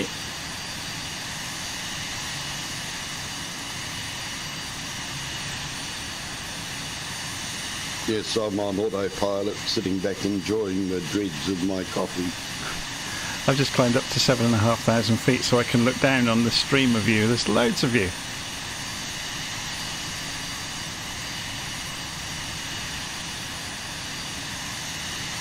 How can you enjoy the dregs of your coffee when you didn't enjoy the main part of your coffee?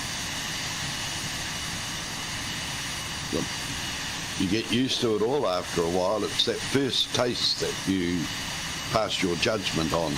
Afterward, well, anything will do. Could somebody explain to me how coffee smells better than it tastes? Depends how you make it.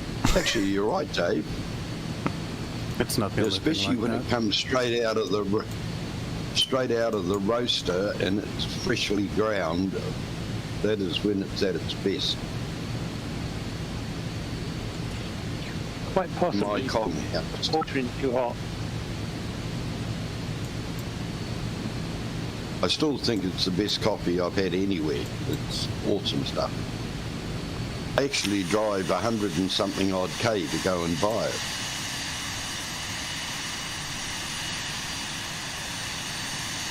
So that's what you call being loyal, chap.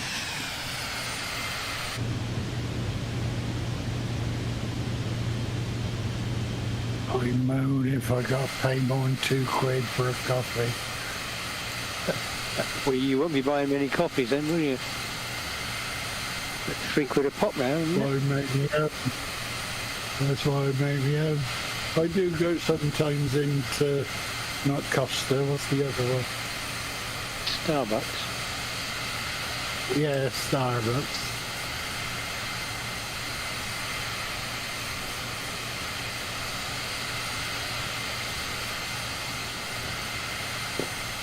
I like the boutique coffee roasters. They're the fellas. We couldn't have asked for a clearer day for this, could we? More, but beautiful, Jonathan. So you can see our destination. If you look off to about your 2 o'clock, you can see the destination. Yeah. Yeah. What altitude are you at, Jonathan? Because I can't see it. I'm only at 1,500. Oh, it's 7,500. So, but you should still see the peaks. Oh, that's. Yeah, I'm at 1,500. I'm only at 1,000. Oh, it could be down to draw distance as well, depending on your graphics settings. Yeah, you're looking at Tahiti itself. Let me say this place we're heading for is only looks like it's one of the. Oh yeah, sorry, yeah. I was saying, I was just saying about the destination. That's like, yeah. Jonathan means the destination. The end of the flight. Okay, gotcha now. The end is in sight. What a shame, it's been too enjoyable. Well, still a little way away yet. Another 40 miles of ocean before we get to our little sandbank. What are we going to do for the rest of the day? Well, I'm going to don't work. I've got to sort out this honeycomb rig for the ATR. It's going to be a bit of a mission, I think. Going to set up got to set up a brand new profile for it. If you have the Phoenix, I use that as the base because it's very similar since it's like Airbus controls.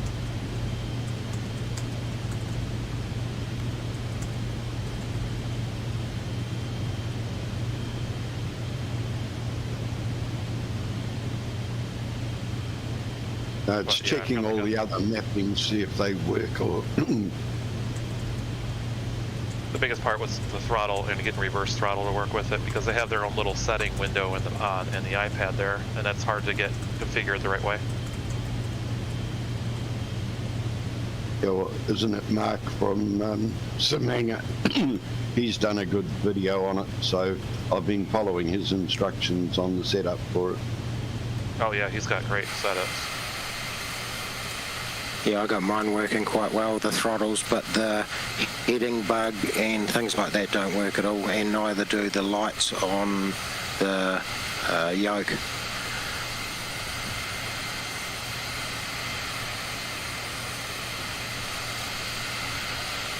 I must be incredibly lucky because I don't ever have to set anything up with my honeycomb yoke. No, the Alpha's pretty plug and play. Yoke's okay. Yeah, it's the quadrant where you run into the problem. Yep. When you've got to read. Didn't you say you had problems with the lights on the yoke? I think he meant the quadrant. Yeah, I did. I can't get them to work at all. I got them to work. The yoke itself works fine. And there is an add-on that you, like, to get my lights working. Yeah, I did too, and now I have to actually manually initiate it every time I turn the sim on. But it works. Yeah, mine don't work anymore. I'm in VR though, so it really doesn't bother me. I was just reading through the live stream. No problems with mine. I got the default drivers on, lights always work.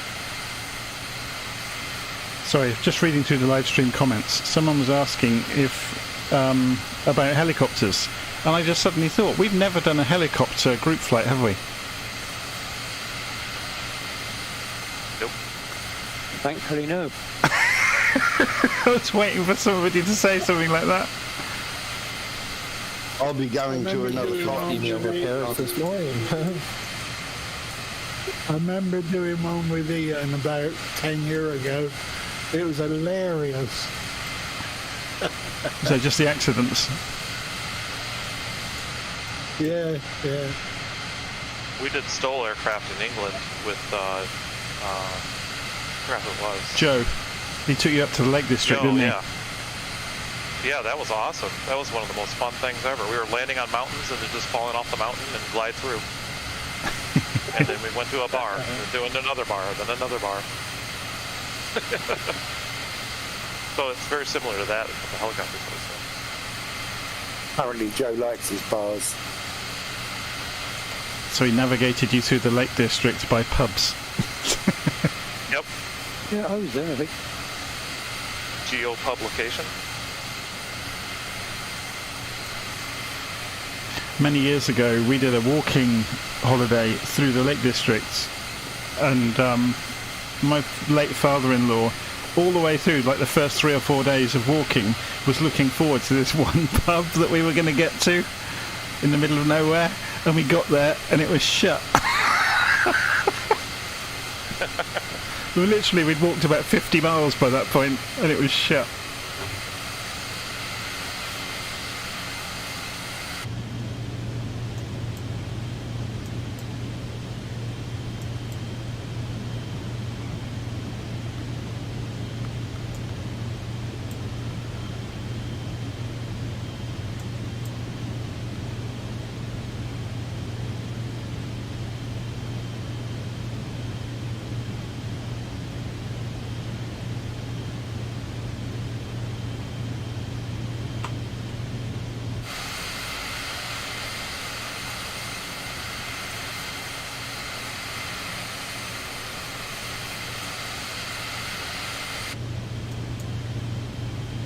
This has to be one of the longest legs.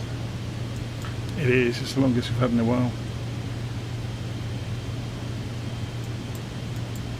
Yeah, so if we go and do a group flight at the Mac Loop, maybe we should mandate everybody has to be in fast jets.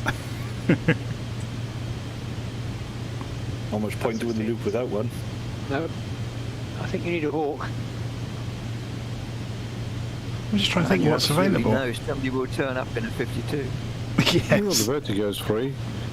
Yeah, there is. I don't have a type. What happens if you don't have a type rating? Somebody has a word with you afterwards. Do you have a type rating for anything else you fly in this? I like to think so. I think Ellis is rated for the Caravan by this point. 5,000 hours. So Ellis, is that like me saying I like to think I've got an F-104 Starfighter type rating? It don't do anything for me, Jonathan, I'm sorry. Yeah, that's half the reason I don't fly the military jets, not in flight sim anyway, because you can't really use them for their proper purpose. No, that's right. The only one that flies, it's when my grandson gets into my sim and destroys all my, shall I say, ratings or whatever it is. My I banned him. I told him if he wants to get into the simulator, he can get on the other computer and fly the old FFDs.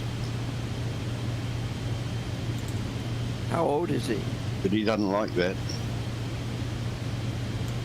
Somebody wake me up when we get there. 14. This one, I've got to think. I've got 6 of them, so yeah, this one's 14. We're about 12 miles out, Lee. Like mom. Yes, I'm blessed with 6 grandsons. That's enough to carry your box, isn't it? That's pretty funny. You're collecting them all, huh? This uplifting moment brought to you by.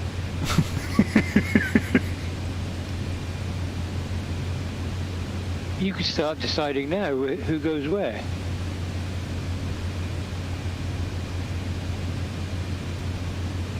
No, I'll be up in the sky because I think all my grandsons are going to be over 6 foot, a lot of them.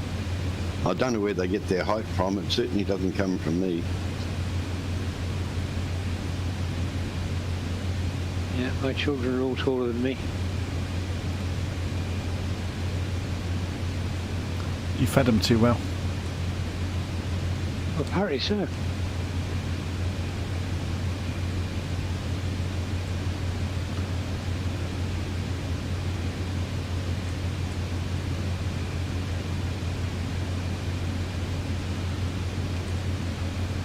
So this place we're going to looks like it's had the treatment in terms of the scenery.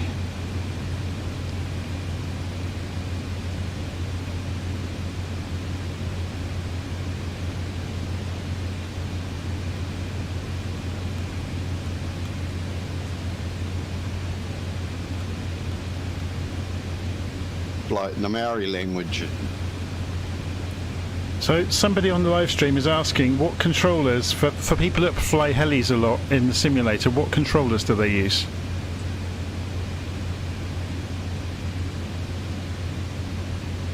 Believe it or not, I use throttle quadrant as my Collective? Yeah, just a HOTAS with the throttle. I'm sorry, And yeah, collective.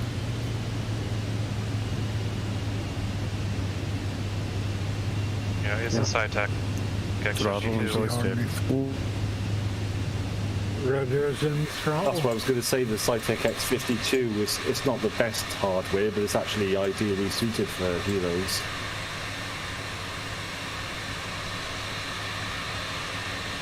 Mine's almost I think 18 years old. Switching out from the joystick.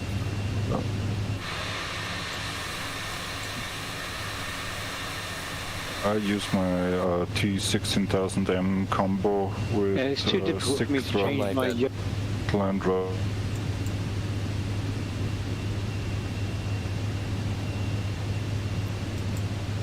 Yeah, if I don't feel like changing out my yoke, I'll just use that.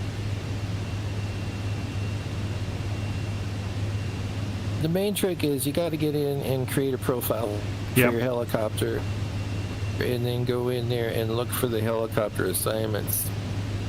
Yep. I think there's a lot of people that certainly come from the Xbox crowd maybe that don't understand about profiles.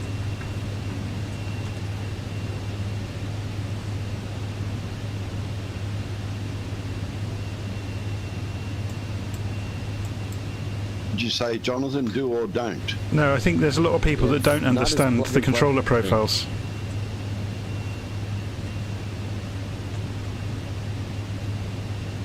I think Discord's having a bit of a nightmare tonight, isn't it? Well, Aaron.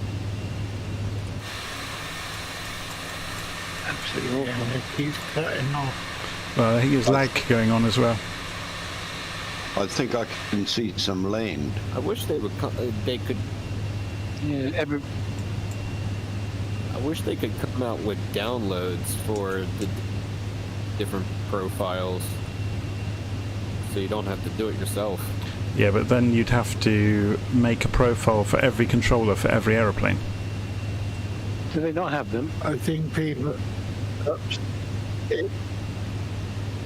Yeah. Well, yeah, you could have some. I mean, some different release most payload or something. Charge like $10. You know, $10 a plane.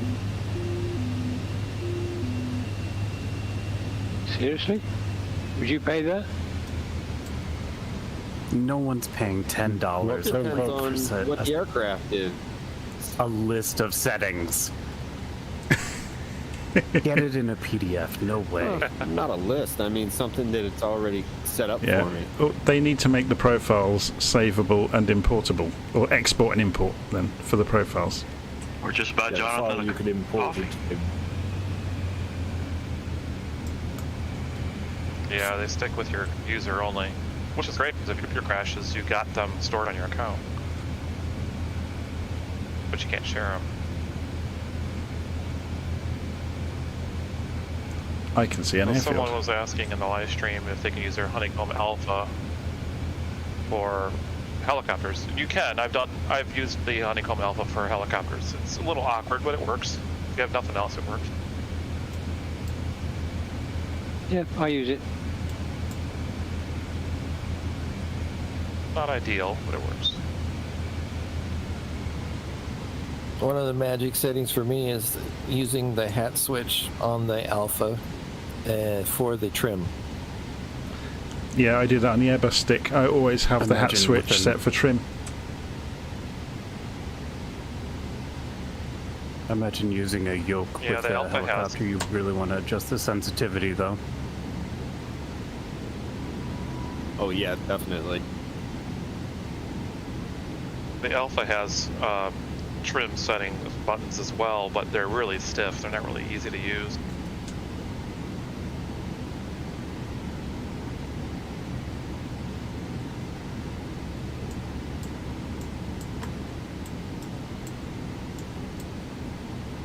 See land.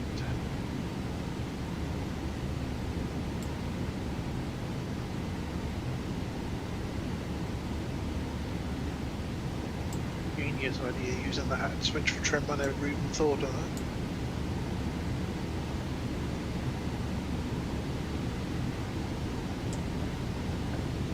No, told me. That's why I use the trim switch. And flaps next to it.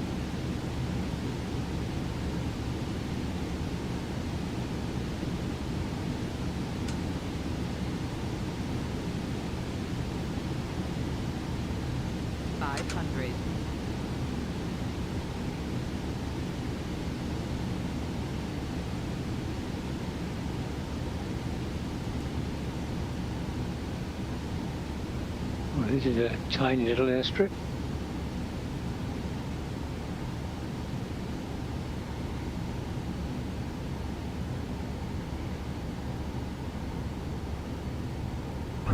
Touch and go here?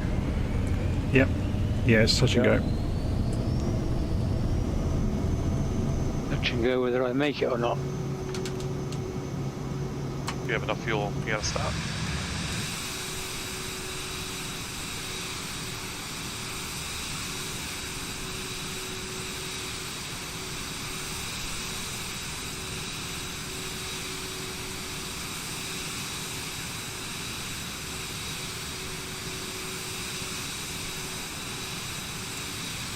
So was this airstrip used for World War II or anything like that?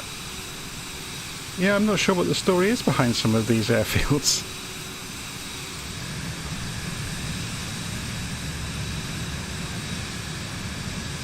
Looking at the beach huts, I'd say this is, or not the beach huts, the luxury accommodation. I'd say this airstrip was purpose-built for the tourist trade.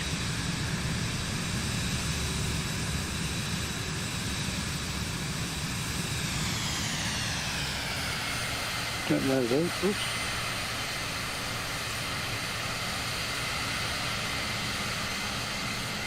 Wonder what the fishing's like. Plentiful, probably. No one else here.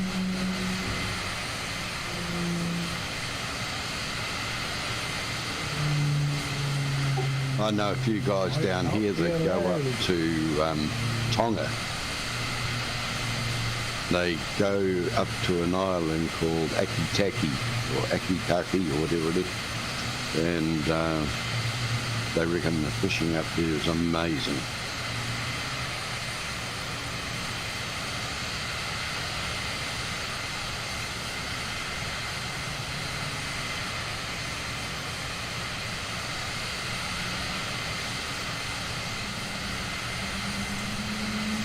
Oh, I'll have to turn the labels off so I can see the airfield.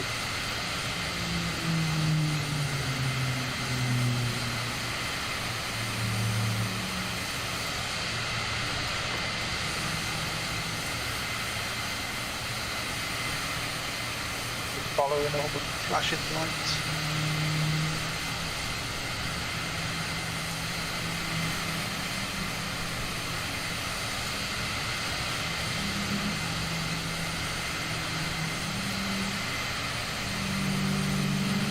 I have an airfield.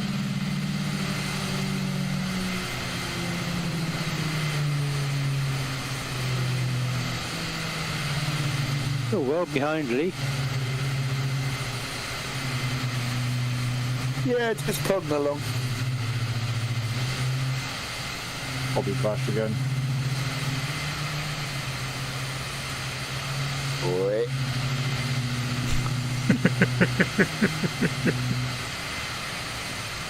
I'm going to have to do a circuit. Way too far ahead. Water is amazing here.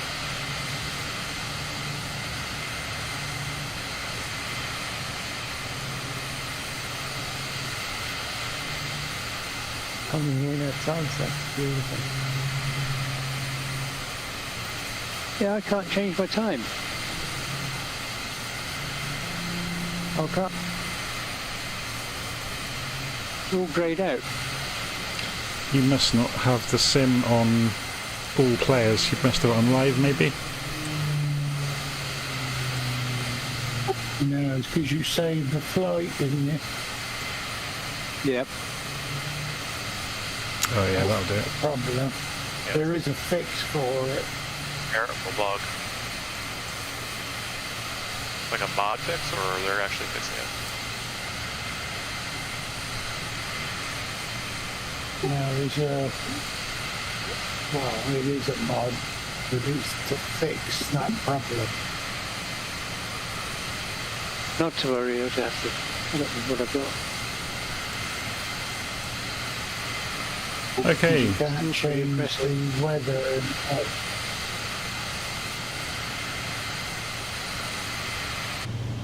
So 33 miles off to the forbidding looking island in the distance, the big one.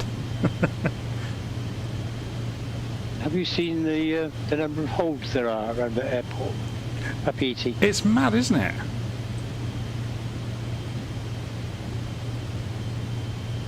Must be difficult to get into, perhaps. I was looking at the map and I just crashed. I was flying. I've never seen anywhere with so many holds.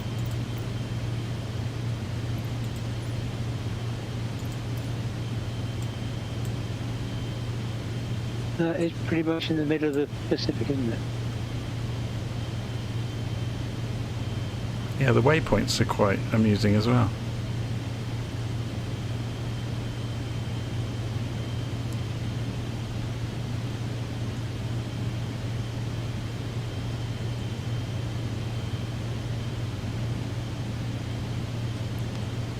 Someone's saying on the live stream about they wish the profiles were searchable. I just wish they were in a drop down and you didn't have to flick through them.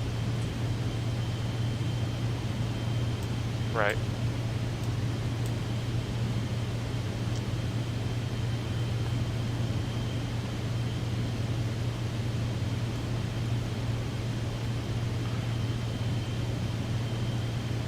Or how about you assign it to the aircraft? That would be even better. You never have to switch it. Yeah, associate a profile to an airplane. I'll go apply for Microsoft job. Just for that. They say to make a program up to do that and then sell it. I don't it's think... already been done. For $10. Called X's and O's. Spat next. So you always leave the sim on default and then just go and change it externally.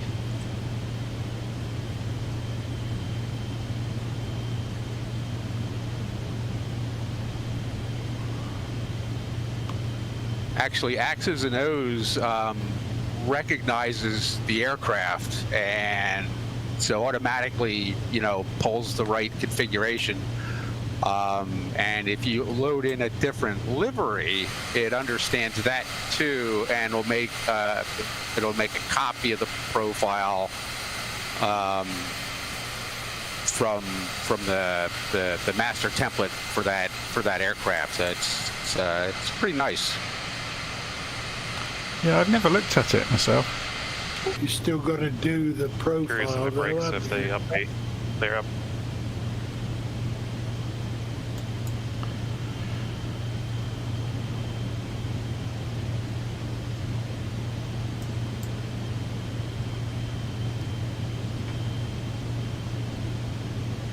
Oh, we've got ILS on runway 04 coming up. The ILS,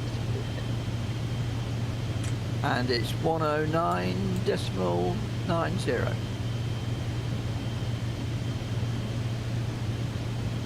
Yep, 41.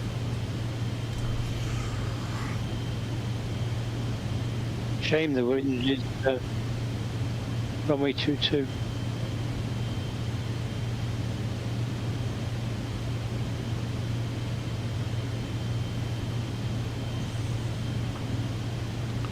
Wind, I've got 54 degrees, 9 knots. I've just hit. I've just run out of fuel. 240 at 7. Oh, God. 64 at 11.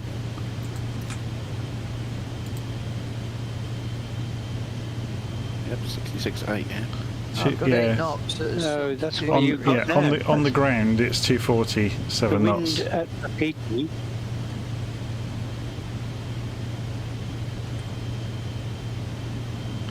I can see why it's so complicated from an air traffic control point of view, because you wouldn't want anything anywhere near those peaks, would you?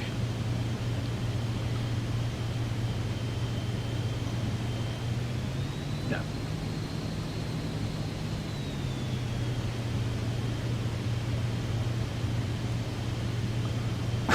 The valleys are going to earn his money today, isn't he, Johnny?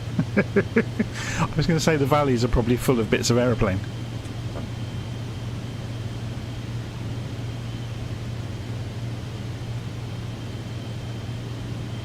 Well, at least they will be in about 5 minutes. Go for it. Question.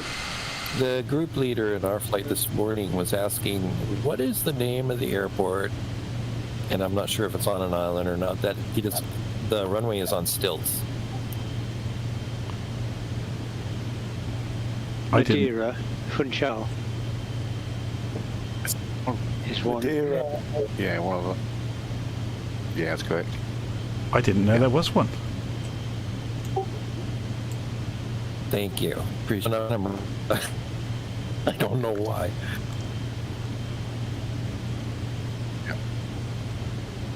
Yeah, it's not the whole runway, it's like just one end of it, isn't it? Is it Madeira that has quite a demanding approach? Part of it, the road goes under it.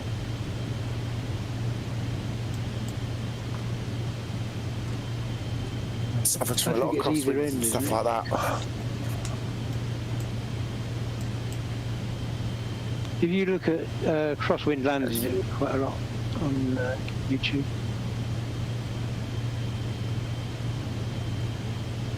Now command. Yeah, direct across the long way.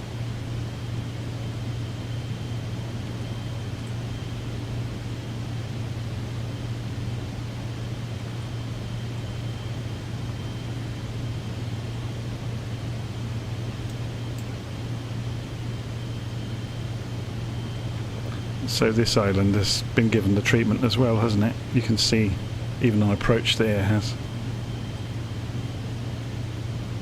I'd say so. This just... It's got all the sandbanks, particularly around the airfield where we're going. It's not the final destination, is it? No, we're going to go back out to the small island afterwards. Snow on the peaks, cool.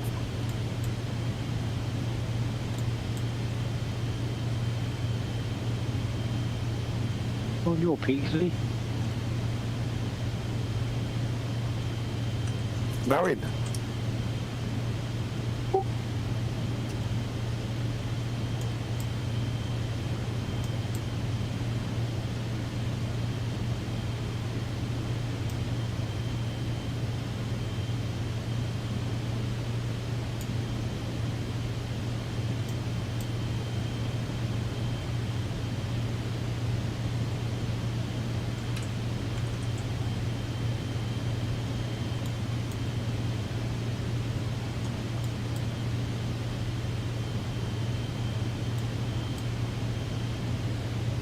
Where did snow come from?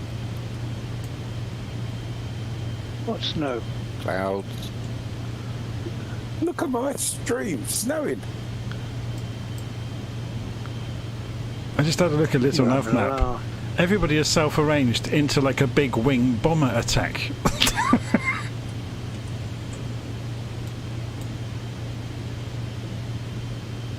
You see those holds? I don't think anyone knows where to go. People down on the ground will think it's Pearl Harbor all over again. Well, runway 22 on the ground it says 22, doesn't it? Yeah, runway 22 for the wind, on the ground. I'm doing an ILS at 4.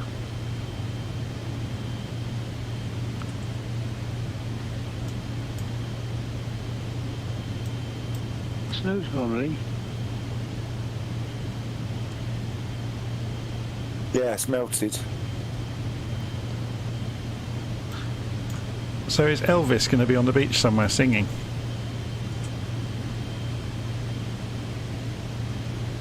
I think that was Hawaii, wasn't it? I thought you went to Tahiti as well. I think.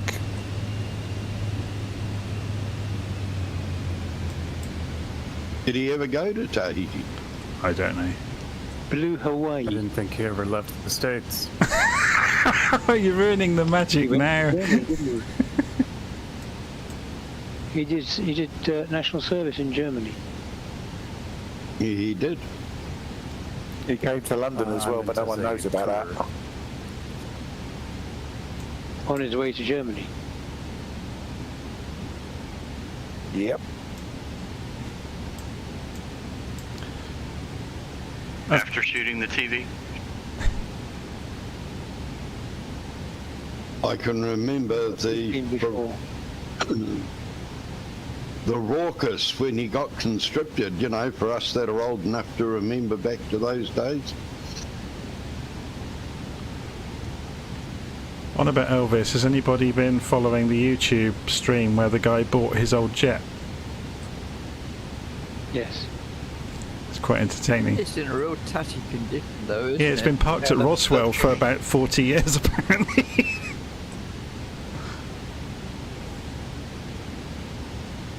Yeah, he's chopped it up now, hasn't he? The microwave still works. The only thing that did. Oh, good. No, didn't they power up? Need that to reheat my coffee. Didn't they power up some of the systems in the cockpit and they still worked? Yeah, yeah. Are there any systems? Yeah, they did. I think there was either a TV or an audio system as well, which powered up. I think a couple of the lights outside still worked as well, didn't they?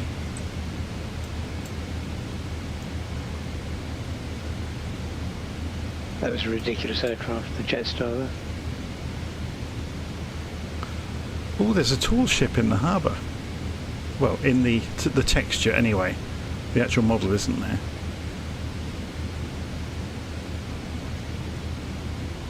I'm going to full stop here and call it a night. Okay. Interesting approach.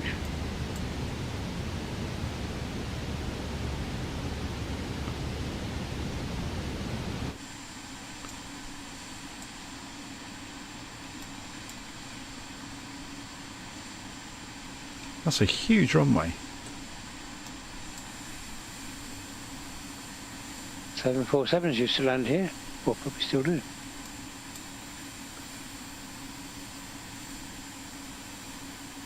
The runway at the final destination, not so much.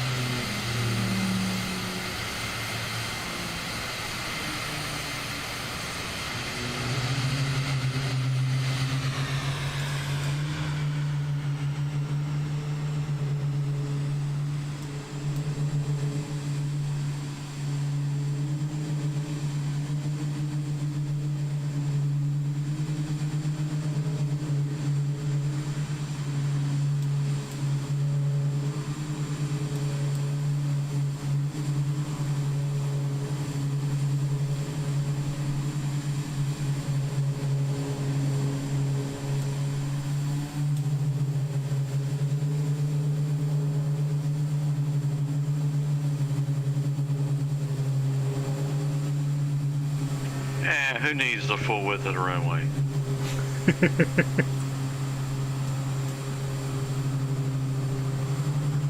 There's Jonathan out to my left. I'm streaming you guys as you come in, so behave.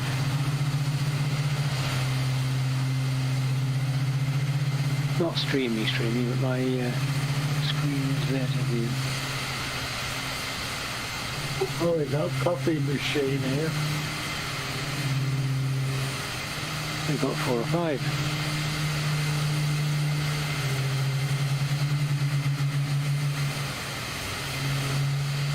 Don't come here unless you can speak French.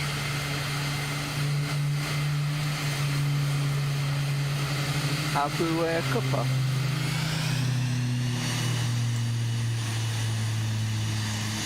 Typically English style. Just shout louder.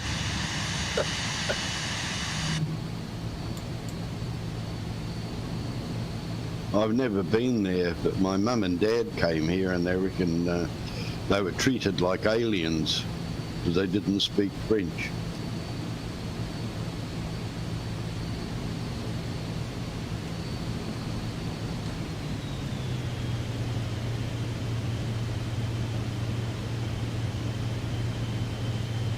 I'll need a translator for my Southern English then, for sure. Yeah. Are you all coming in the wrong way?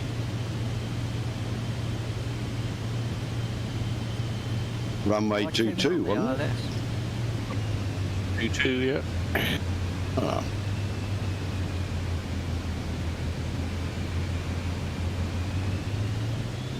Yeah, you've all been and gone. Yeah, I'm trying to catch you up to fly formation with him on the way into the destination.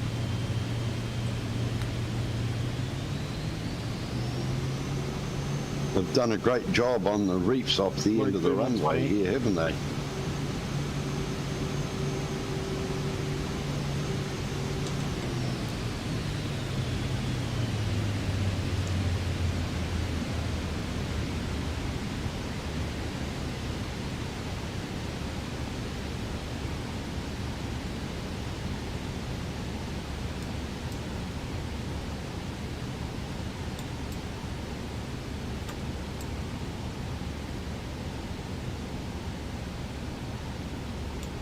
Yeah, that scenery's quite spectacular, isn't it?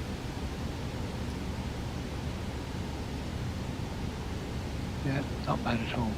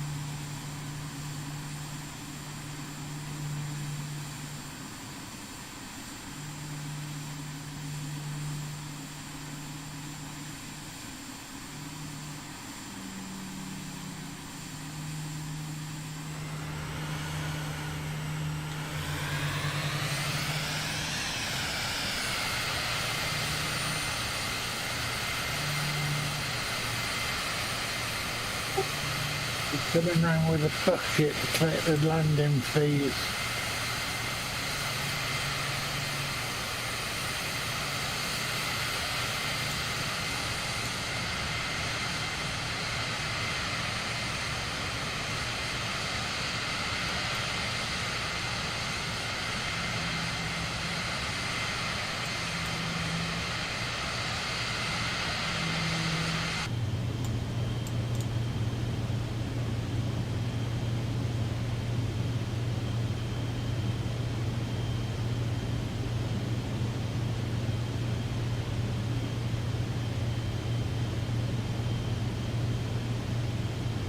Someone just tried to land on the taxiway.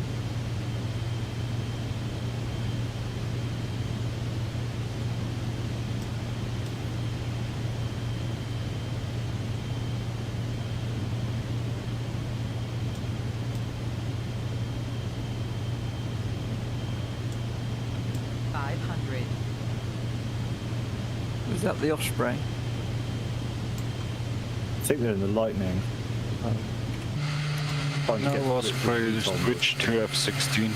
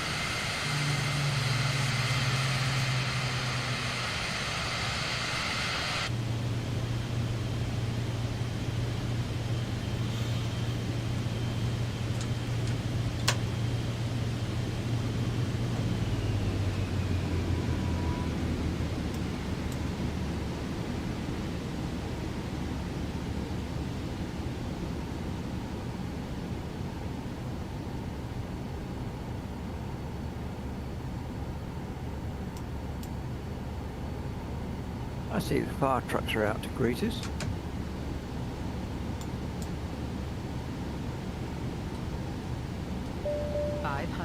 No, it's only David I'm waiting for.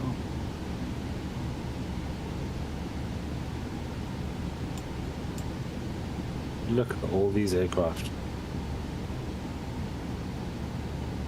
Is the NDB at destination broadcasting?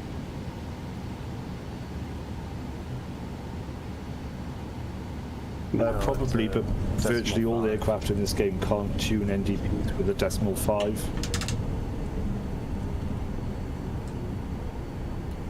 Roger. There is one that can do it. I can't remember which one it is, but one of them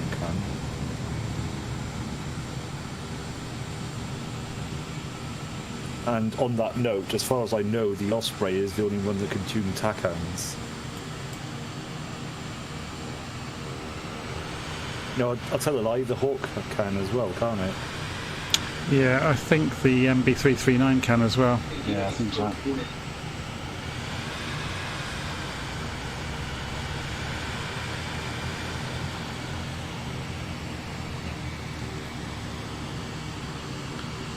So do you think the air traffic controller here just chucked it in? Company I'm out of here.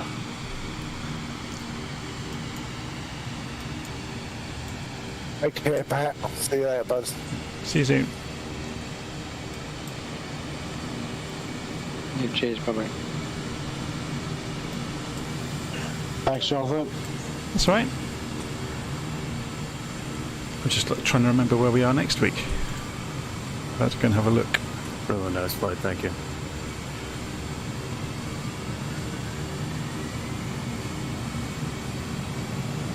Yeah, thanks for organising that, John. That's all right. Cheers, everyone. See you soon. So we're back off to Hawaii next week. Yep, see ya. Good night. Yeah, that's it from me as well. Thanks a lot, John.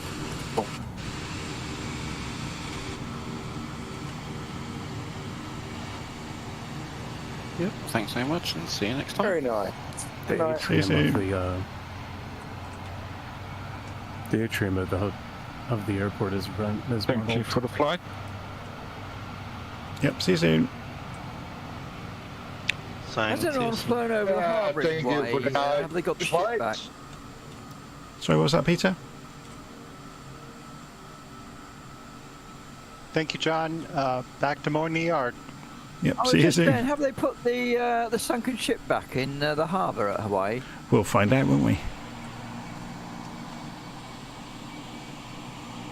You would imagine it's had a complete makeover. You're talking about. Yeah. I was just looking at your...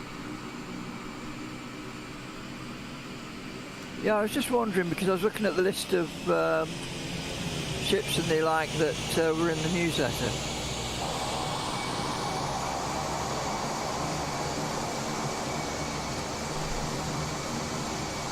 Yeah, I took a look at that earlier, and that previous to the update, I think it was because of the satellite maps. If I used Google Maps instead of the Bing Maps there for the simulator, you could see the Arizona under the water with Google Maps. Yeah, you could originally, before they did the US update with Flight Sim as well, but then when they updated it, they put some sort of bizarre texture map over the top. I'm going to go and load in there now before I shut the live stream down, just have a sneaky peek. Either that or the satellite image was updated. Maybe. The satellite image may have been updated in between there as well. I know they regularly do updates, especially for Google. You can do the time machine thing for the satellite. Yeah, that's really cool, isn't it?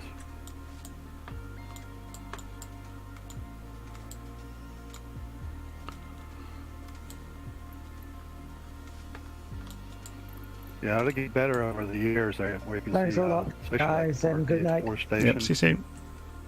Brazil.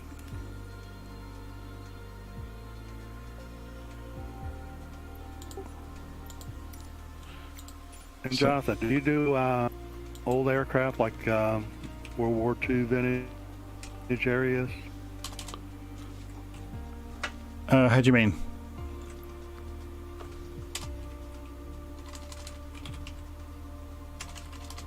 Like I'm not sure if you saw a post about using NVIDIA filters for oh yes, black and white old film textures to it that it adds up. It's an overlay on top of it. Yeah, you can install an add-on, can't you? When I did the DC-3, I mean, it looked like something out of a World War II film room. There's a free piece of graphics software you can get. Just a quick 10-second sample, I think, on there that I post. Yeah, cool. Yeah, there's a free piece of software you can get, a graphics editor, that if you just take screenshots. In real time, so as you're... Sorry, I think Discord is lagging really badly tonight. Yeah, but this was a... okay. Do you just mean... Yeah, this was the NVIDIA filters. Jonathan, is there a key that lets you change aircraft while you're in the sim, as opposed to having to leave it, you know, when you're on the ground? Sorry, say that again. Isn't there an option in the developer mode to do that? What, to change the aeroplane? Yeah. Yes. Yes. That's what Yeah, he's there talking is. about. Yeah, you can change the aeroplane. It's called Aircraft Selector. I think But it's you've in. got to go in. Yeah, go to Dev mode via the General Developer Options. mode. And then in the Tools menu at the top that thanks. appears, you can change your aeroplane. It's called Aircraft Selector. Ah, so the same way that when you... okay, thanks. So it's the same as when you're when you first went into the community folder. So I'm just looking at Hawaii now, or sorry, the harbour at Honolulu now, and they've still got the really cheap version of the scenery from Orbex. So they've obviously done a deal with them, 'cause obviously if you want the really decent scenery, you have to go and buy it. So they've basically completely mangled the harbour. Just done it to monetize it, haven't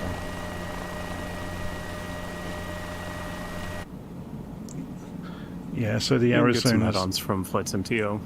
Yeah, the Arizona Memorial is there, but you can't see the boat under the water, which is ridiculous because if you remove this scenery pack, you can see the boat under the water.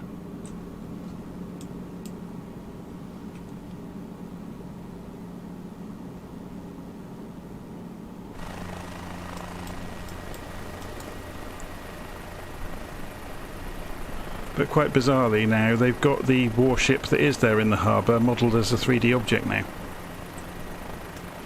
Missouri.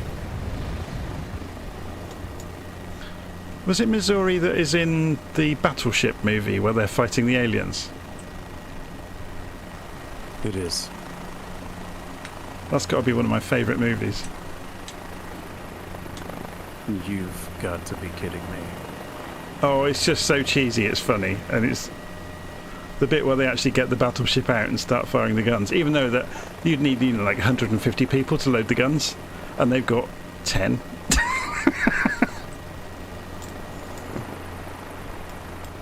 A friend of mine is in the film. Didn't they use Missouri also for that film where it's sort of been taken over so they can steal the missiles onto a submarine or something? I can't remember. I just realised I can't fly a helicopter from outside to save my life.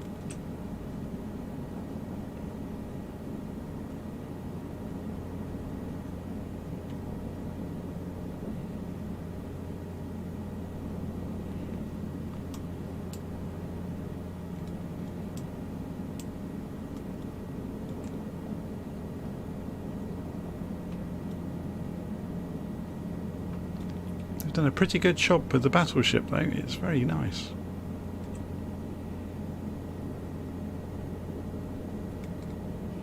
That looks really good, doesn't it? Yeah, I'm impressed with I'm that. watching you on YouTube.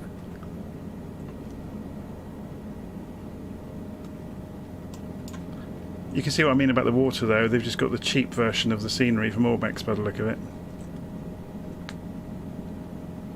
Yes, it's very fuzzy, isn't it?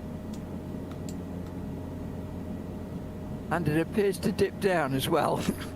Yes, there's a hill in the harbour.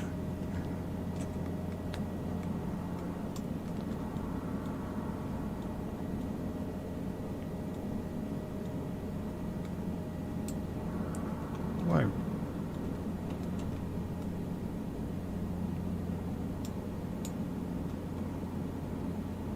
Still, that's not bad modelling of the ship, is it? Not at all.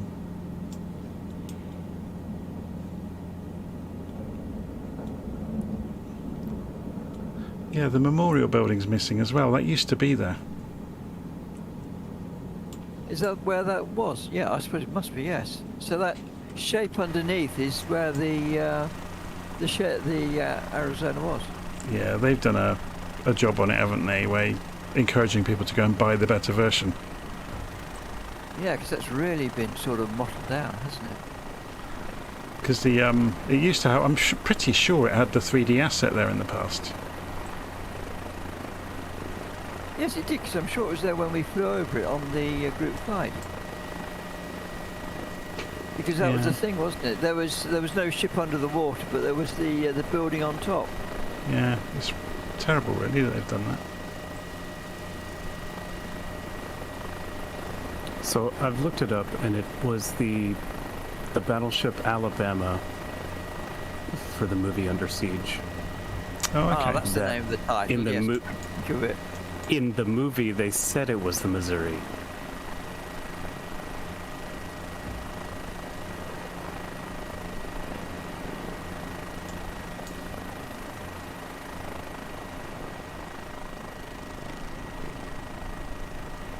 I'm going to say goodnight. Thanks, Jonathan. That was a great flight tonight. Cool. See you soon. Yeah, I'm going to shut the live stream off as well. I'm out of here too, Jonathan. Thanks for the flight, Jonathan. Good night, everybody. Good morning. Good night. Good morning, Alex.